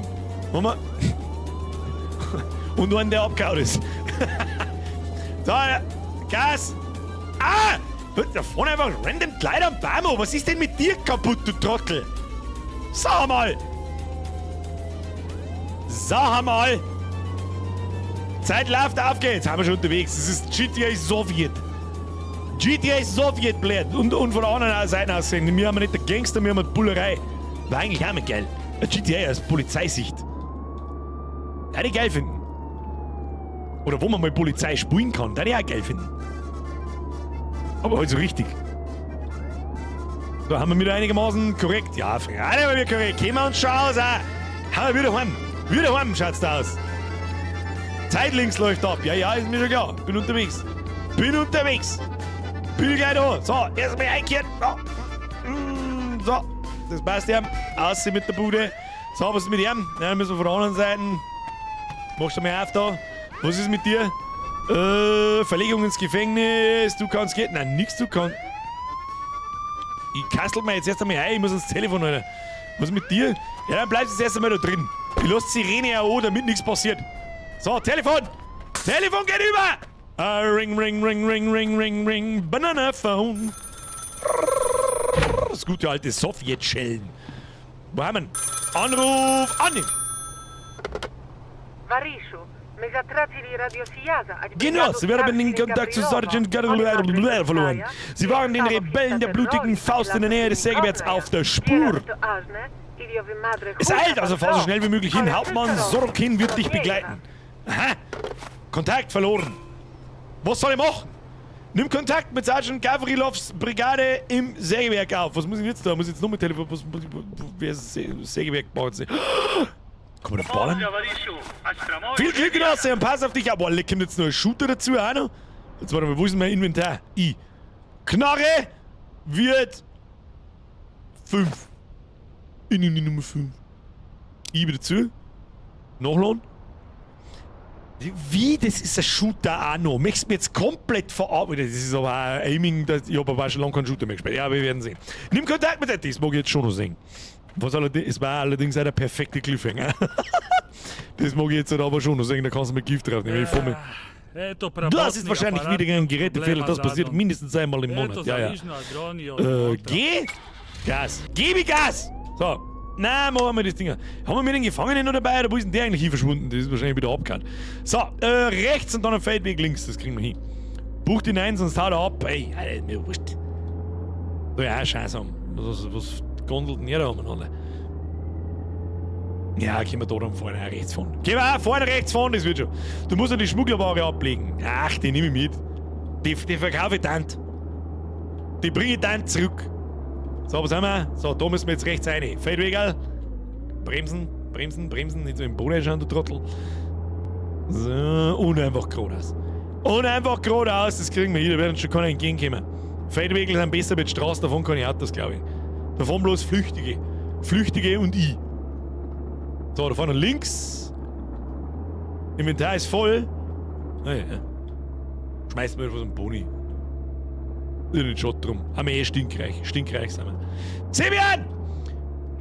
Bei LNOA spielst das Polizei ist ein geiles Spiel. Das kann man uns eigentlich auch irgendwann einmal anschauen. Vielleicht kriegen wir. Kann mir jemand den Gefallen kurz tun? Und das ohne Donation, bitte. Sebian, merci für den Zwickel. Playtime, how long to beat LNOA. Danke. Und mir das einfach in den Chat reinschreiben, was so Average Playtime ist. Und nicht Completionist, sondern normal. Lass uns von dir verschwinden! Ich muss den Inspektor persönlich über diesen Vorfall informieren. Ich weiß gar nicht, was da passiert ist. Ich glaube, da hat wieder irgendeine Person. Au! Was ist jetzt, Alter? Was? Ah! Was? Ja, was soll ich denn mit meiner geschissenen Marke auf, Alter? Spinnst du? Du machst das zu gut! Geht der komplett! Headshot! Wo? Machst du Headshot? Headshot! Hätte ich doch wegfahren sollen oder ist das. Gib mir ein wenig Spanisch, weil wir da auch Gegner mit AKs kommen und ich über Makarov mit 2 Schuss. Also ist. Schnell! Hilf mir! Ich glaube, er ist noch am Leben. Stirbt nicht, Genosse! Akankapnizio! 22 Stunden! In dem Glauben, dass du tot bist, fliehen die Rebellen aus dem Sägewerk. Nach einer Stunde schickt der besorgte Kommissar seinen Stellvertreter zusammen mit einer Hilfstruppe zum Ort des Geschehens. Die Wunde an deinem Kopf stellt sich als oberflächlich heraus. Leider hat der Genosse Sorokin nicht so viel Glück. Das ist kein Topf, Freunde. Das gehört so. Bereit zur Arbeit! Absolviere eine 5-tägige Grenzschutzausbildung. Ich glaube, das ist so das Ende des Tutorials. Man soll da sterben. Wir haben ja wirklich eine absolute Punktlandung hingelegt. Ausbildung abgeschlossen. Herzlichen Glückwunsch. Du bist jetzt soweit, um eigenständig zu arbeiten. Erfülle deine Aufgaben so gut wie möglich, um befördert zu werden. Ein höherer Rang bedeutet eine bessere Bezahlung und Zugang zu neuen Funktionen und Grenzposten. Im Grenzposten. Ab jetzt werden wir dich nicht mehr finanziell unterstützen. Eine Verschuldung des Grenzpostens führt zu deiner sofortigen Entlassung.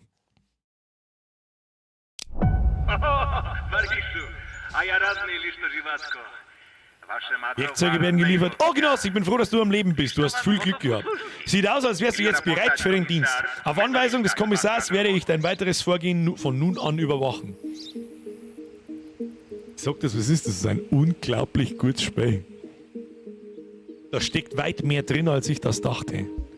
Und das ist der perfekte Cliffhanger für das spielen wir am nächsten Montag auf alle Fälle nochmal. Schöne Grüße an den Nachschau-Squad übrigens. Bitte ab in die Kommentare, ob ihr es nächste Woche nochmal sehen wollt. Wir spielen mal am Mika übrigens Hellblade 2 weiter. Das ist ein richtig gutes Spiel. Da kommen immer mehr Sachen hin, da ist ein Warenembargo, dass bestimmte Sachen nicht, dass das immer was anderes ist.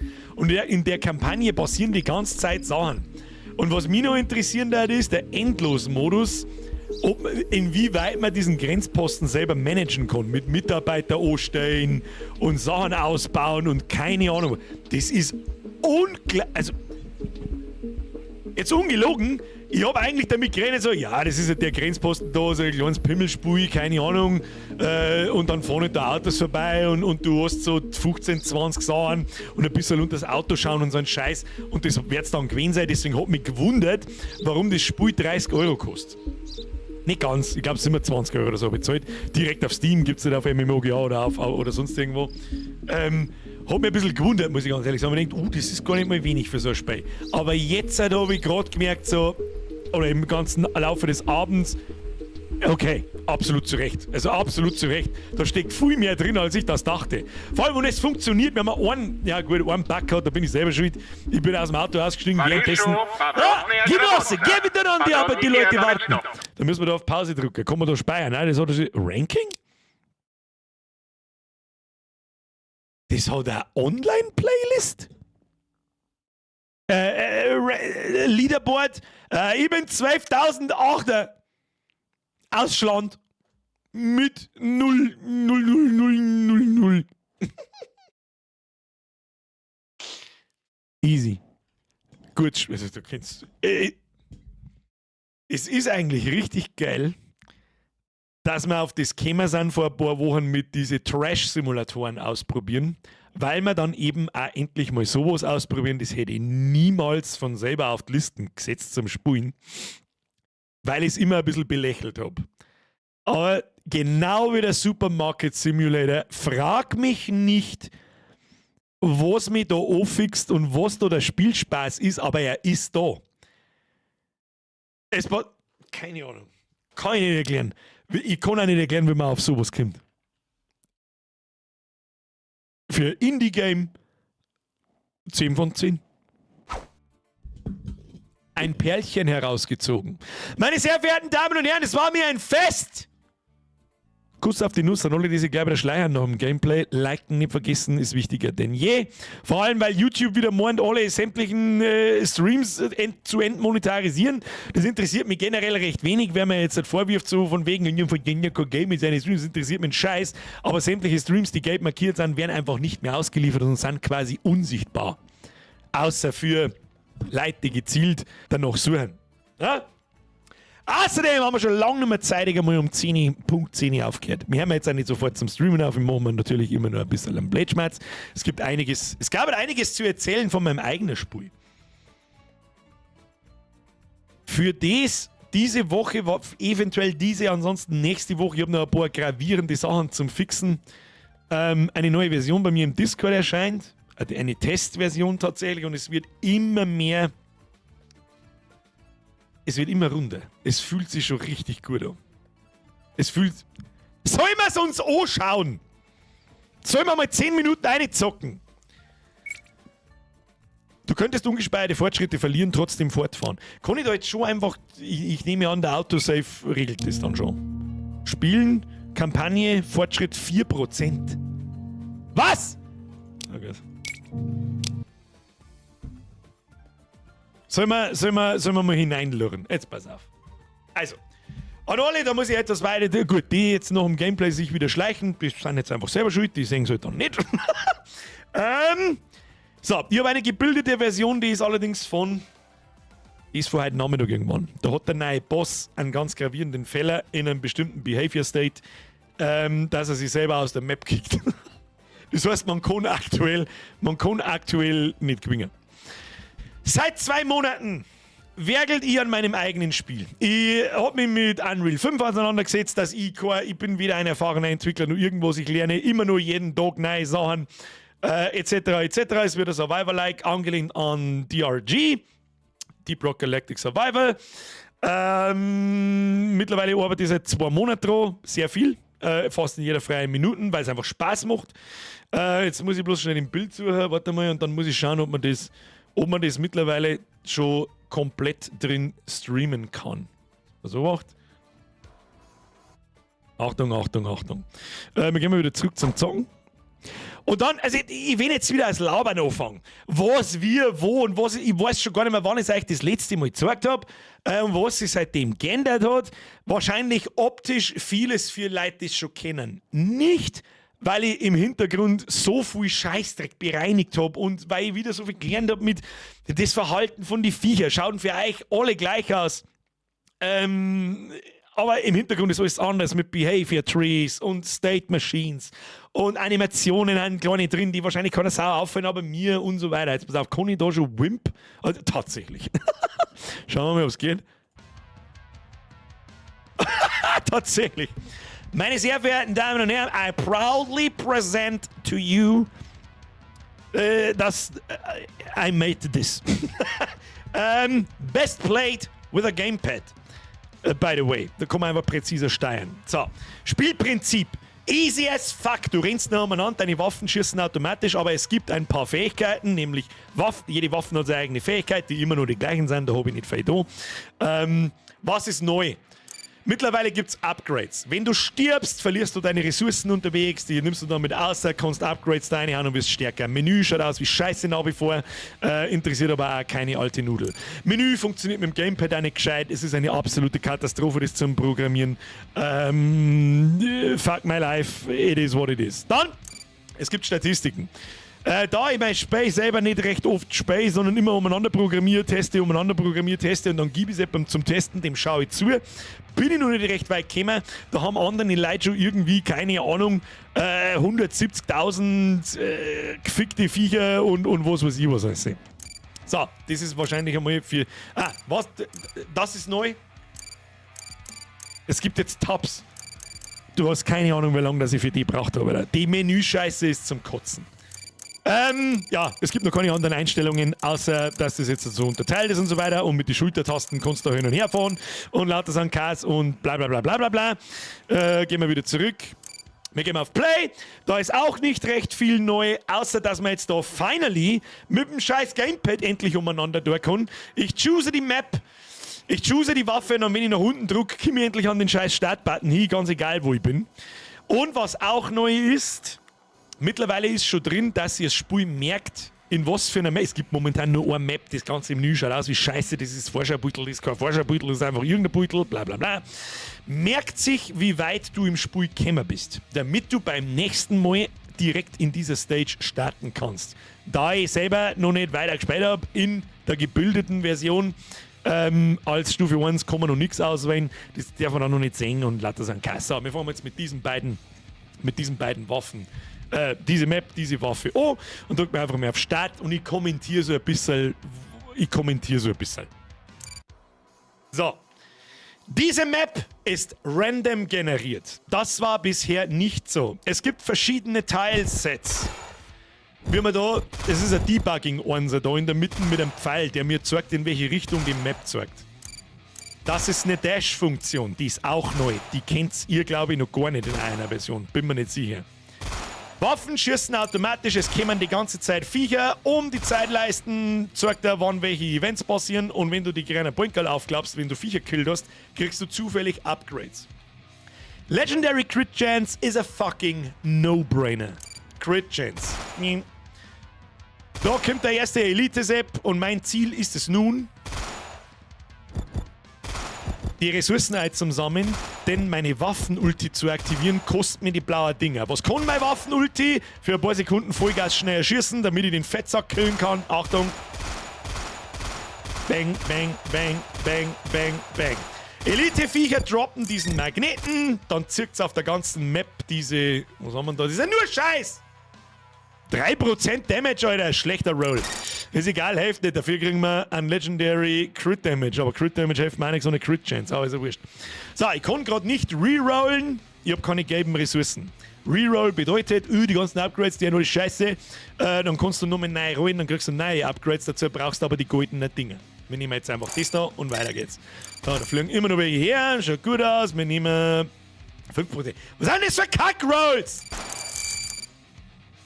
Level 5 sind wir, kriegen wir eine neue Waffe. Die können wir ebenfalls rollen, wenn wir das wollen, für die roten Ressourcen. Da haben wir ein paar 17 Runden. Was ist eine gute Waffe? Ich bin ziemlicher Fan von einer Attack-Waffen und dann nimmst du irgendwas zum Freezen. Nehmen wir die Granaten, dann haben wir da gleich 15% Damage oder 25% Fire Rate, was gnadenlos zu hoch ist, aber egal. Dann haben wir jetzt Granaten, die wirft da hinten, wunderbar. So, im Eck sich eine zu zaubern, das ist natürlich nichts. Man kann übrigens nicht mehr von der Map runterfallen. Ich habe noch keinen Maprand gebaut. Warum? Weil was kommt... Oh shit, Motherfucker. Wir verziehen wir uns jetzt da. Und hoffen wir, dass wir so wenig Schaden kriegen, wie es irgendwie geht. Passt schon. Und nehmen wir da vielleicht noch ein paar Goldene mit. Jo. So, dann das ganze Spiel für die, die es schon kennen und schon mehr... Jetzt muss ich selber aufpassen, dass ich da nicht auf die Fresse krieg. Oh, leck, war das knapp. Au, au, au, au! So, kommt der Boomer Swarm. Ob die alle einen Facebook-Account haben, frage ich mich. Also, oben läuft die Zeit entlang. Um das einmal vielleicht ein bisschen zu erklären, wo wir überhaupt nicht checkt, was passiert denn da eigentlich. Oben läuft die Timeline. Wir haben in Stage 1 in Minute 1,50 geht. Da sind 3 so Symbole, das sind Events, die während diesen 2 Minuten passieren. Jetzt haben wir zum Beispiel einen Boomer-Swarm irgendwo am Sack. Das sind positive und negative Events. Wo der Boomer-Swarm ist, da läuft er umeinander. Genau, dann kommen zusätzliche Viecher. Spezialviecher, die vielleicht ein bisschen was kennen. Schauen zwar alle nur aus wie Kotze, wobei so schlecht schauen sie eigentlich mittlerweile gar nicht mehr aus. Die explodieren, wenn sie sterben. Und laufen dann nicht einfach bloß dumm nach. Aber an die komme ich gerade nicht hin, um sie zu triggern. Außer sie sterben da drin. Und Ziel ist natürlich einfach zum Überleben. Die Viecher werden immer stärker, immer schneller, immer mehrer. Es kommen immer mehr verschiedene Viecher. Es gibt auch neue Viecher. Es gibt welche, die Range-Sachen schießen. Es gibt welche, die Granaten werfen, wenn du hinter die Mining-Blöcke versteckst und lauter so Sachen. So, jetzt habe ich da zum Beispiel lauter Scheißdrecks-Upgrades, die gefallen mir nicht. Gehe unten auf Reroll, zack, kommen neu. Ist wieder nur Scheißdreck. Was auch neu ist, jeder Reroll mit jedem Reroll teurer. Fang nur bei 2, dann 4, 8 und so weiter. Ist auch Scheißdreck. Nein, 6. Ist auch Scheißdreck. Was ist? Oh, Damage to all weapons. Der Crit Damage to all weapons. 12%. Nehmen wir! So, was kann das Granaten-Ulti? Oh, das ist falsche Tasten drin. Ich kann meine eigenen Tastenbelegungen nicht. Herzlichen Glückwunsch, Birger. Oh, jetzt dürfen wir erstmal schauen, dass wir da nicht auf die Fresse kriegen. Da ist ein neuer Gegnertyp. Rechts lauft er vorbei. Das ist der Granatensepp. Den kriegen wir gleich zu Gesicht. Immer nur Epic oder Gold. Da ist übrigens immer noch keine Seltenheit drin. Legendary Rolls kommen genauso oft vor wie Uncommon Rolls. Oder Common Rolls. Das habe ich noch nicht. Da läuft er gar nicht. Achte mal, schauen wir. Ah, die werfen Granaten auf einen. Und die Besonderheit von den kleinen Motherfucker ist, sie laufen dann nie, also so relativ selten in Line of Sight. Die verstecken sich da hinter der Mauer und werfen Granatenvierer. Es sind richtig schöne, kleine, lästige Hurensöhne.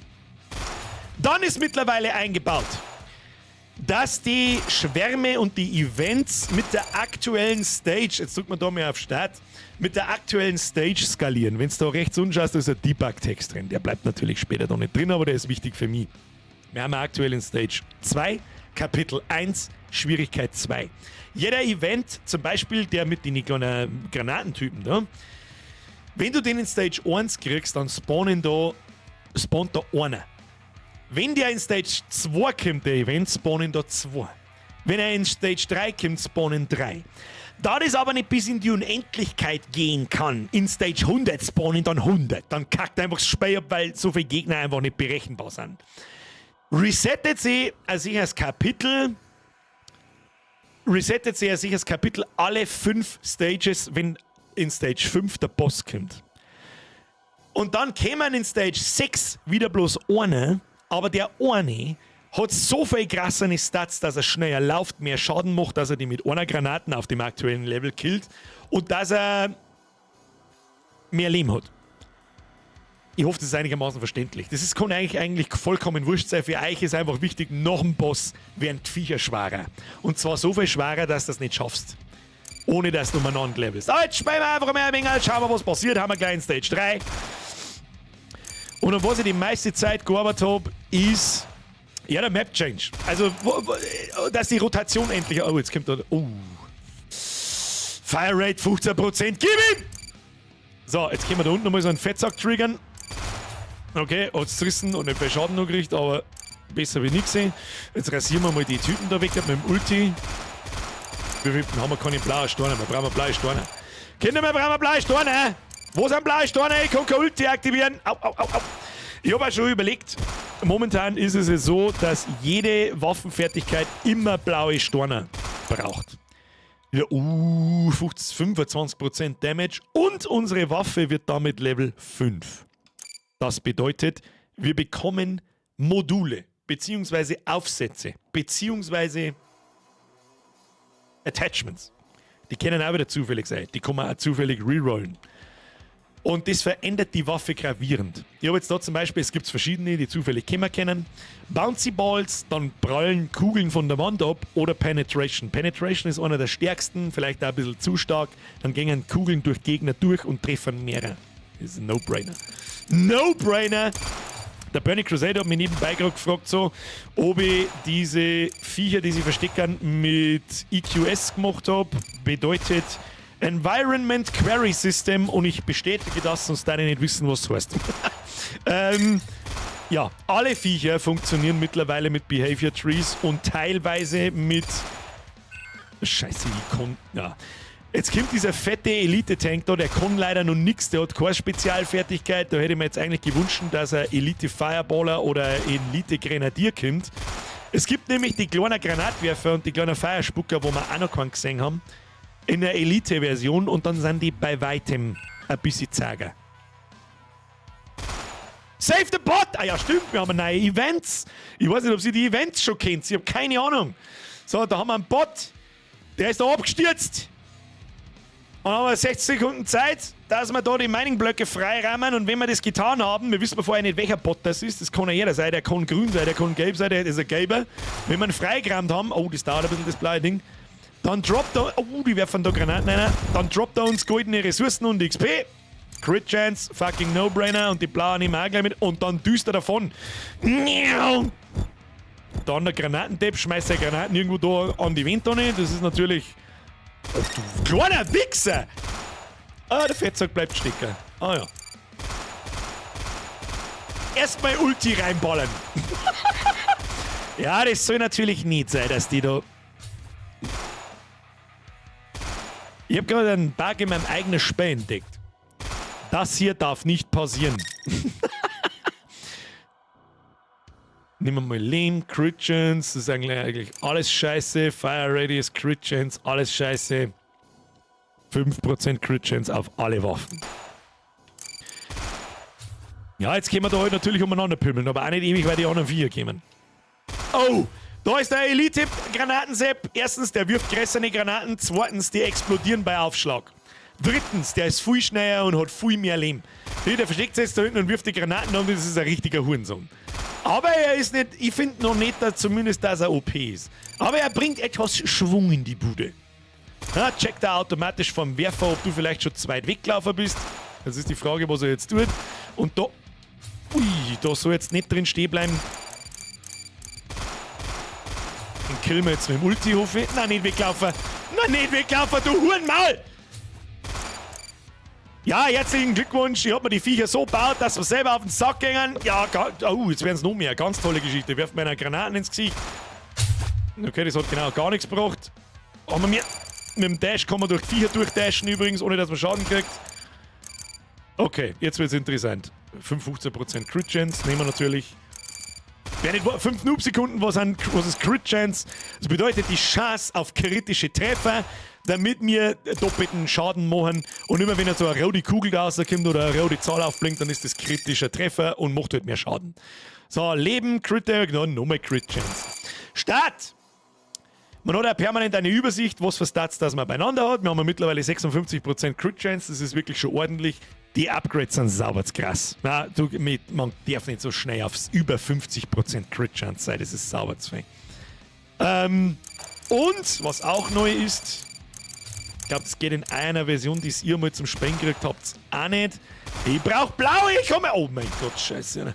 Ja, Fettsack, Fett. Oh. Warte, was war denn das jetzt? Ja, kill den Fetten! Kill den Fetten! Ja! Da fliegt der Granaten. Okay. Was auch neu ist, währenddessen man Upgrades da hat, kann man jetzt auf Pause drücken und nachschauen, was für Stats das man hat. Klingt nach was Einfachem, ist es aber nicht. So, wir nehmen Crit Chance. Crit Chance is fucking everything. So, Fire Radius, brauchen wir nicht, nehmen wir Crit Damage. Ach, nochmal, Alter, Crit Chance, 5% zu alle Waffen, 12% auf Burst Rifle. Level 10. Unser Burst Rifle ist auf Level 10, wir kriegen mal ein zusätzliches Modul. Was haben wir schon? Da haben wir Penetration drin, maximal kann man 3 Module haben, ab Level 15 kann die Waffen nicht mehr weiter gelevelt werden mit Modulen, aber natürlich noch weiter Upgrades kriegen, also noch stärker werden. Es geht bis in Unendlichkeit, so die Idee, aber das zu balancen ist nicht ganz einfach. So, was nehmen wir? Big Barrel oder Backfire? Description Text from DB. Ah ja, herzlichen Glückwunsch, da steckt eine Beschreibung drin. Was bedeutet Backfire? Es kommt nicht bloß ein Strahl nach vorne aus, sondern gleichzeitig auch noch im 180-Grad-Winkel nach hinten. Ist ganz nett. Und Big Barrel bedeutet Bigger Barrels mean more Bam. Each burst fires additional projectiles. Es steht leider noch nicht dort wie viel, aber anstatt 3 Projektile kämen dann 5 raus. Und das kombiniert mit Penetration, dass dann 5 Kugeln durch die Viecher durchfliegen, ist ein massives Upgrade. Nehmen wir. Was haben wir noch? Es gibt immer mehrere Scheiß-Rolls. 15% Fire Rate. No-Brainer. Dann haben wir da 6% Fire Rate. No-Brainer. Nochmal ein Level Up. Damage 12% zu alle Waffen. No-Brainer. So, jetzt gibt... Oh. Okay, jetzt haben wir einen Fireballer. Jetzt können wir ihn da einmal killen. Nein, au. Der hätte mir eigentlich treffen müssen. Jetzt wird's eng. Oh, da ist Blauhausen. Wir nehmen Crit Chance. Da ist Blau. Au! Jetzt schießt der Hurensohn da hinten Vierer. Kruzifix!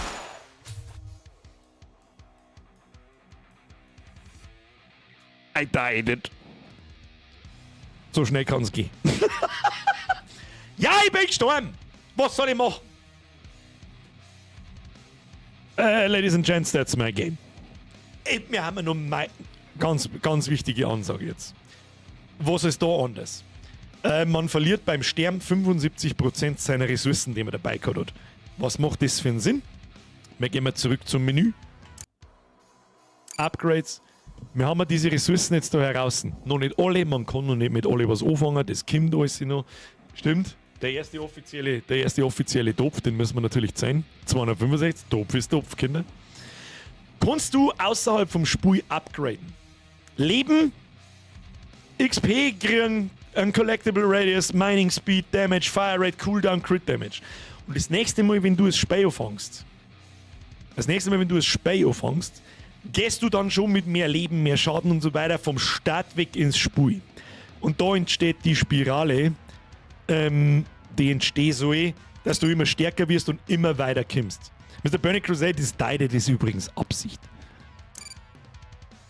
Das Einzige, was noch nicht funktioniert, es wird leider noch nicht gespeichert, wie weit das man in der Map gekommen ist, also man kann das da noch nicht einstellen.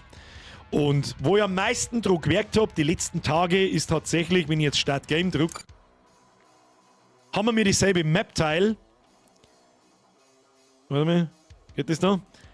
Aber erstens, der Pfeil zeigt in eine andere Richtung. Und es ist technisch möglich, dass der zufällig eine handgecraftete Map aus einem Pool da reinlässt. Und das völlig dynamisch. Bedeutet, soweit haben wir jetzt nicht gekommen. Wenn der Boss stirbt, droppt er ein Extraction-Portal. Da stellst du eine. Du hast 20 Sekunden Zeit, die du eine zum Stellen. Wenn du nach 20 Sekunden nicht drin stehst, stirbst du. Das ist neu. 1. Wenn du da drin stehst, steht links dort Q gedrückt halten, um noch tiefer zu gehen, oder E gedrückt halten, um zu extrahieren. Wenn du extrahierst, dann hast du es überlebt. Du nimmst alle deine Ressourcen, die du hast, mit nach draußen, nicht bloß 75%. Wenn du tiefer gehst, fällst du durch die Map, es kommt eine Cutscene und es wird im Hintergrund relativ schnell absolut dynamisch. Eine zufällige Map unter dir gespawnt, irgendwo hintrat und es geht nahtlos weiter. Da habe ich lang gebraucht dafür. Ich bin mir auch noch gar nicht sicher, also hundertprozentig, ob es auch reibungslos funktioniert, aber es macht fürs Erste den Eindruck. Und dann geht es in Stage 6 weiter. Und das soll dann unendlich gehen. Wenn du dann stirbst, gehst aus, levelst draußen auf, gehst wieder rein, spielst weiter.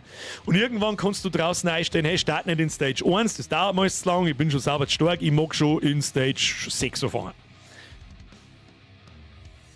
So. Soweit sind wir. Ich habe keine Ahnung, ihr habt es aktuell auf Version 0009. Das ist jetzt 00010. Ich habe keine Ahnung, wo die größten Unterschiede sind. Am meisten Zeit haben mich diese zwei Dinge gekostet. Alle Gegner sind neu. Alle, also von Grund auf, auch die kleinen Pimmler, funktionieren über Behavior Trees. Es ist nicht einfach nur eine Note, die heißt Follow Player, sondern wirklich mit Behavior Trees. Natürlich haben alle Viecher noch keine Behavior Trees. 5 Noobsekunden, was heißt Behavior Tree? Ein Verhaltensbaum wird zum Beispiel die Granatentypen.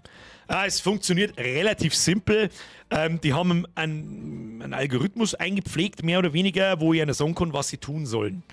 Die schauen, wo du bist, laufen in deine Nähe, suchen sie um dich rundum Deckung und laufen außerhalb von Line of Sight, hinter einem Mining-Block, hinter einem Store, hinter irgendwas und werfen da Granaten in der Richtung. Du hast natürlich ausreichend Zeit da auszuweichen und so weiter, aber wenn du das immer mehr werden lässt, immer mehr und die irgendwo eingrobst, kommst du irgendwann nicht mehr aus und stirbst. Dann haben wir diese Fireball-Typen, die machen genau das Gegenteil, die laufen dann nicht out of Line of Sight, sondern immer absichtlich in Line of Sight, irgendwo im Hintergrund, du sägst nah genug, dass du das sägst und schießen da gerade aus Projektile her. Das heißt einfach, stehen bleiben kannst du nicht. Was haben wir noch? Der Boss ist komplett neu, hat verschiedene Behavior States, der kann alles, was alle Viecher einzeln so kennen. Plus seine Bossfähigkeiten. Der kann unterscheiden, in der Lauf der Vollgas nach und verprügelt den. Er kann sich vor dir verstecken und spawnt Viecher. Er kann einen Breath, wie er ihn vorher kennen hat, aber anders, nicht ganz so unfair. Er kann einen Roundshot, wo er 8 Kugeln um die rundherum spawnt und die umeinander schießt und. Wird schon. Das Fundament wird immer solider, auf dem ich aufbauen kann. Und langsam aber sicher kommen nicht mehr recht viele neue, gravierende Spielmechaniken ein, die ich haben will. Jetzt muss ich auf Herz und Nieren testen und testen lassen. Spawnen Viecher außerhalb von der Map. Funktioniert das mit dem Map-Spawn? Hängt sie irgendwo was auf? Passiert irgendwo Bullshit? Ist irgendwo und so weiter. Was mich noch nicht interessiert. Noch nicht wirklich interessiert. Ein bisschen schraube ich drum umeinander, aber es ist verschwendete Zeit. Es ist das Balancing. Das bedeutet, ist es fair balanciert, wie die Viecher skalieren und wie stark du bist? Ist es einfach? Ist es schwer? Das interessiert mich nicht. Da kommt irgendwann eine neue Waffen dazu oder irgendein neuer Gegnertyp und auf einmal ist das Spiel wieder eine Quadrillion mal schwerer und die komplette Balancing-Scheiße vom Anfang ist komplett vom Tisch und war total umsonst.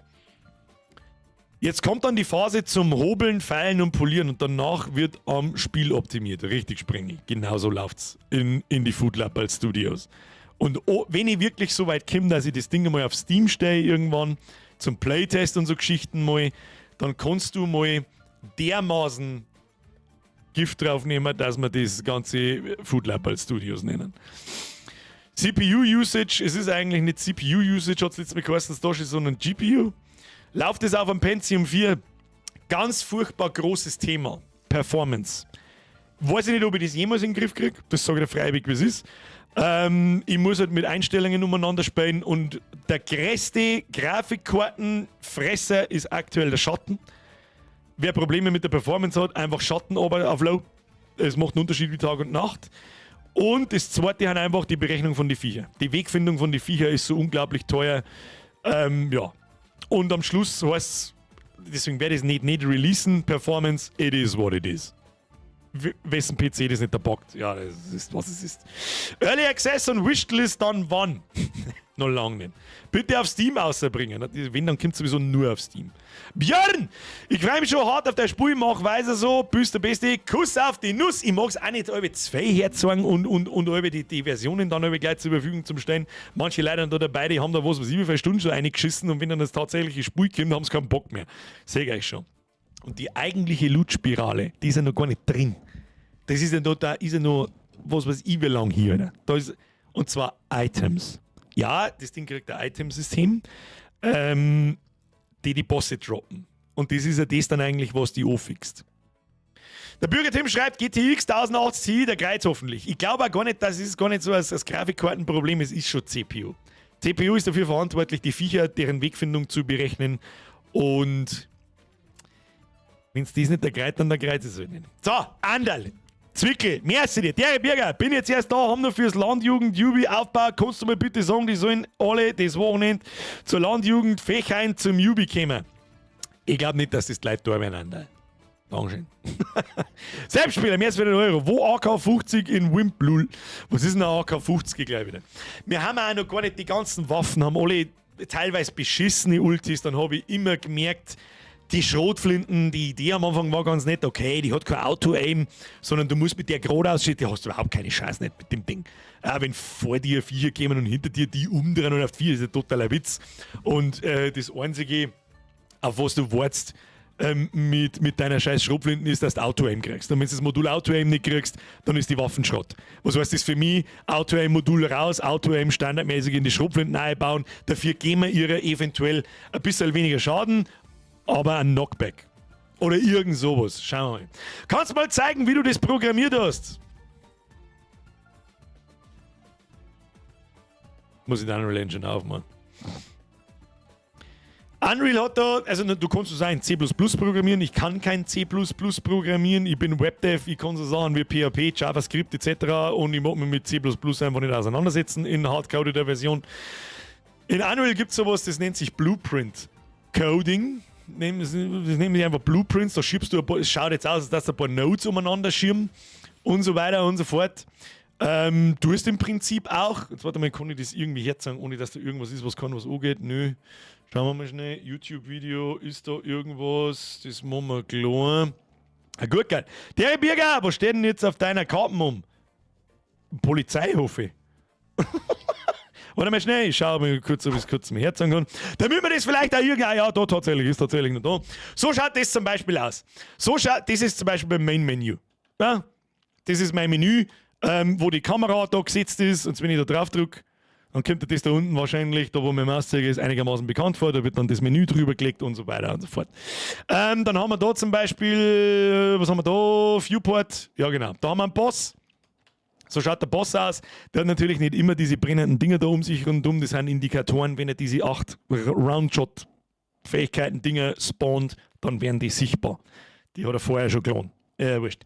So, und die Programmierung davon schaut ganz grob umrissen so aus. Es besteht aus Events, was passiert, wenn er auf die Welt kommt. Er ist ein Child Class, er spielt dann das Begin-Play von der Parent Class ab. Dann setzt er seine Lebensleisten. Dann überprüft er, gut, das sind Debug-Geschichten. Da kann ihn zu einer State zwingen, soll er mir folgen, soll er mir in Line of Sight laufen, soll er Find Cover drücken. Was ist das da? Okay, alle x Sekunden wechselt er sein State. Dann haben wir da, was kann er alles in der State Line of Sight, was kann er alles in der State Find Cover. Dann haben wir da zum Beispiel die Ability mit dem Breath, die schaut dann so aus. Da geht es dann tiefer hinein, da wird dann überprüft, ist der Breath auf Cooldown, wenn ja, geht's weiter, wenn nicht, machen wir eine Fähigkeit. Dann haben da die Animationen drin, dann haben da die Animations drin, die abgespult werden, wenn er den Breath macht. Ja, gehen wir ein bisschen auf Zeiten. Die passt natürlich nicht ganz, die Animation, aber er macht ja das Maul so auf. Und.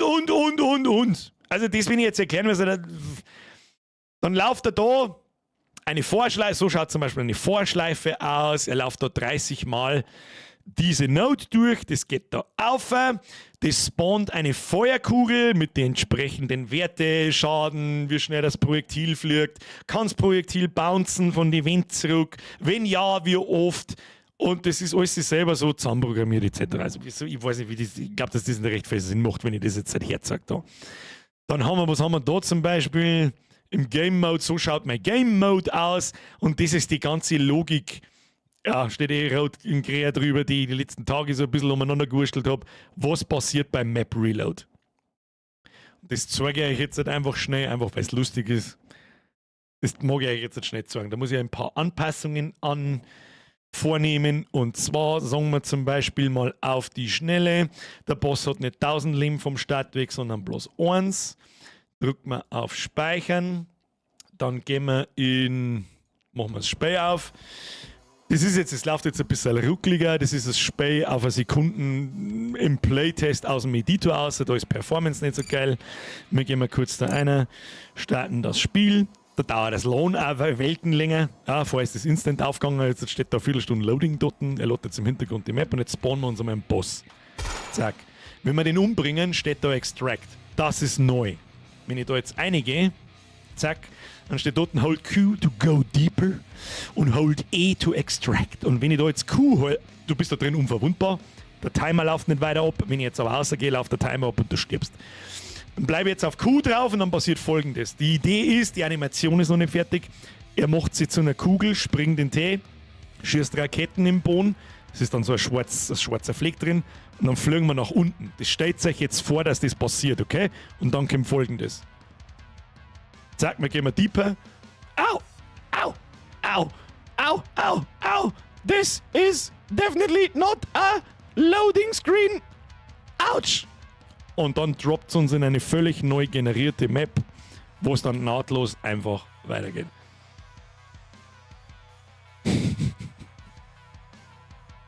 Jetzt bitte sagt mir irgendjemand da drin, dass er den Witz verstanden hat, weil sonst scheiße ich am Boden her und schmier in die Webcam.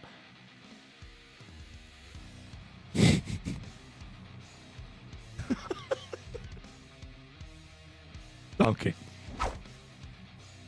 für Ihre Aufmerksamkeit. Und so funktioniert es nahtlos. Also du kriegst, im Prinzip wechselt Kamera woanders hin. Du siehst nicht, wie die Map, auf der du gerade bist, komplett weggelöscht und geklärt wird und unten ein neues Map-Teil eingeladen wird, zufällig draht wird und du landest dann wieder. Und hast eine komplett neue Map und es geht einfach nahtlos weiter. Das ist echt interessant als großen Aspekt an dich, dass du das so super beherrschst. Du, ich beherrsche da absolut gar nichts. Ich bin da absolut, ich meine übrigens ernst, ich bin da absolut ahnungsloser und probiere einfach so lange umeinander, bis es geht.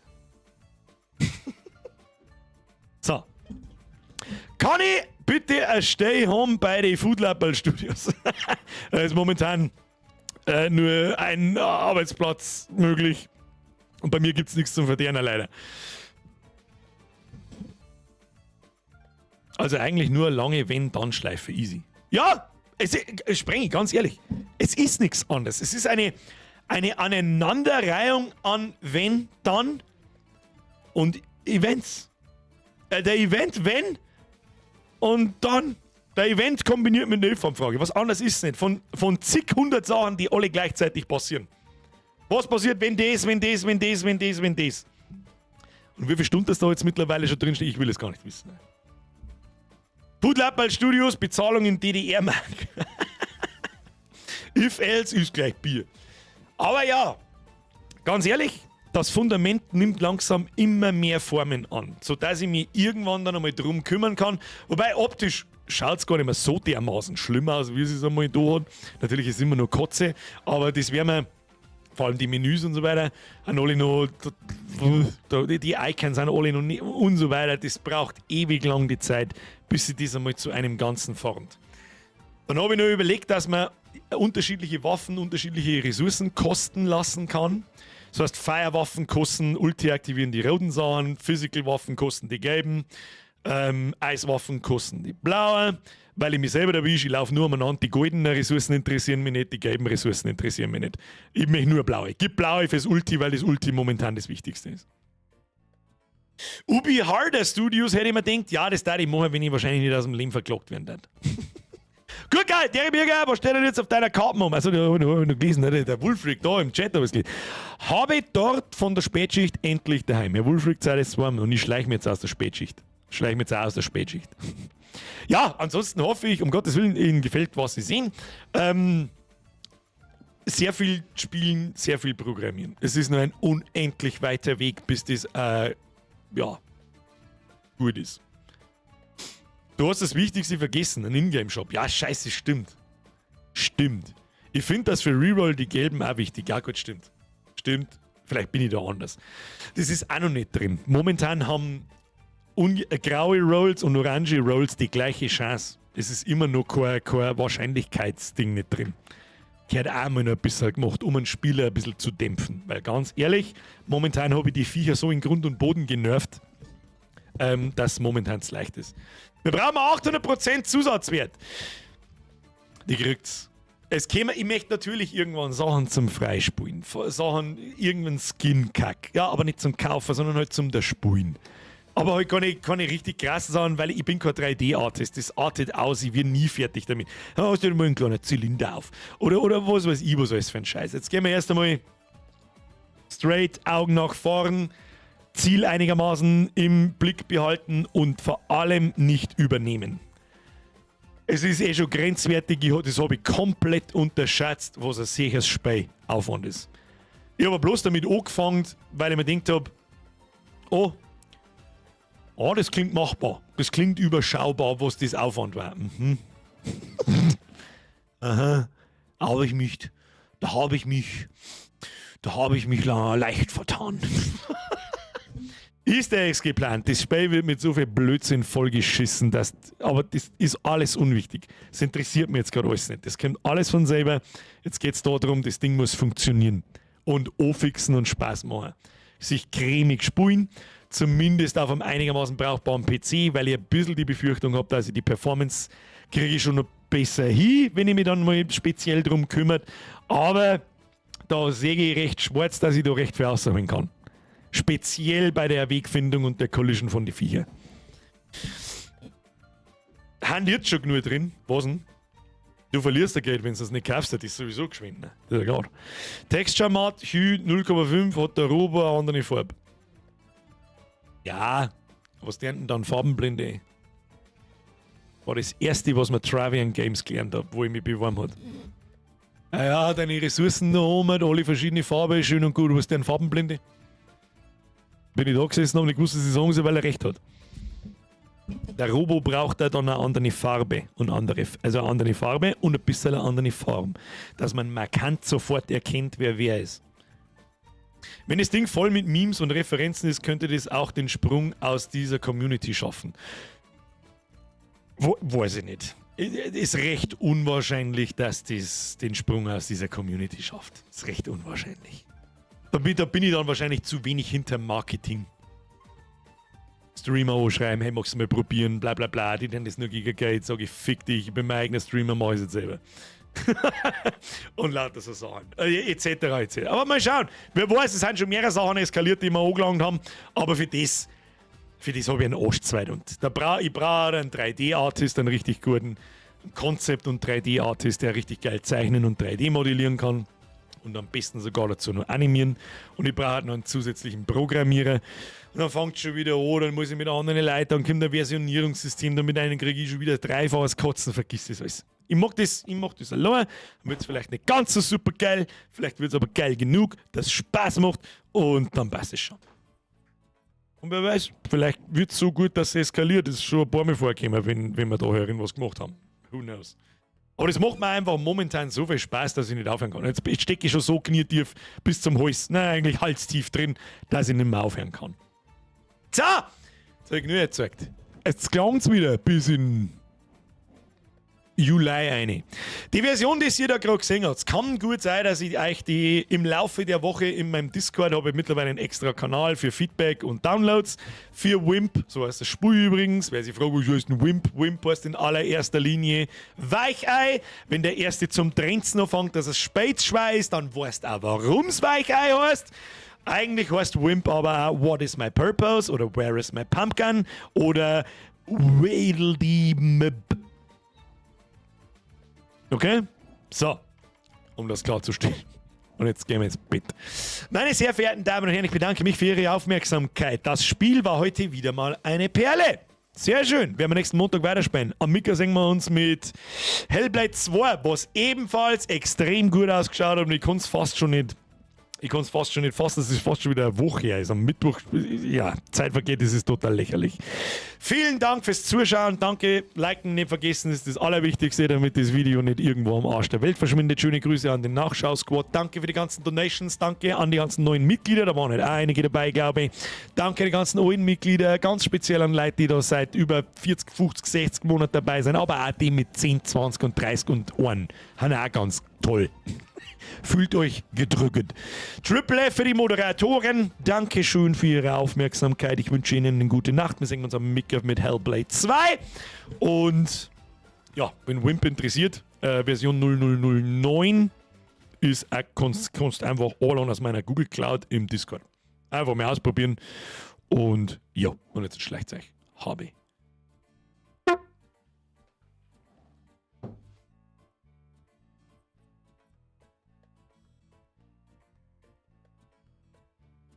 Müssen wir sich immer irgendeinen Blödsinn ausdenken, oder? Okay, tschüss! Warte mal. Ich muss ein Battle für den Sprengi machen. So, jetzt. So, jetzt schaut's das lang gewinnt. Okay, tschüss!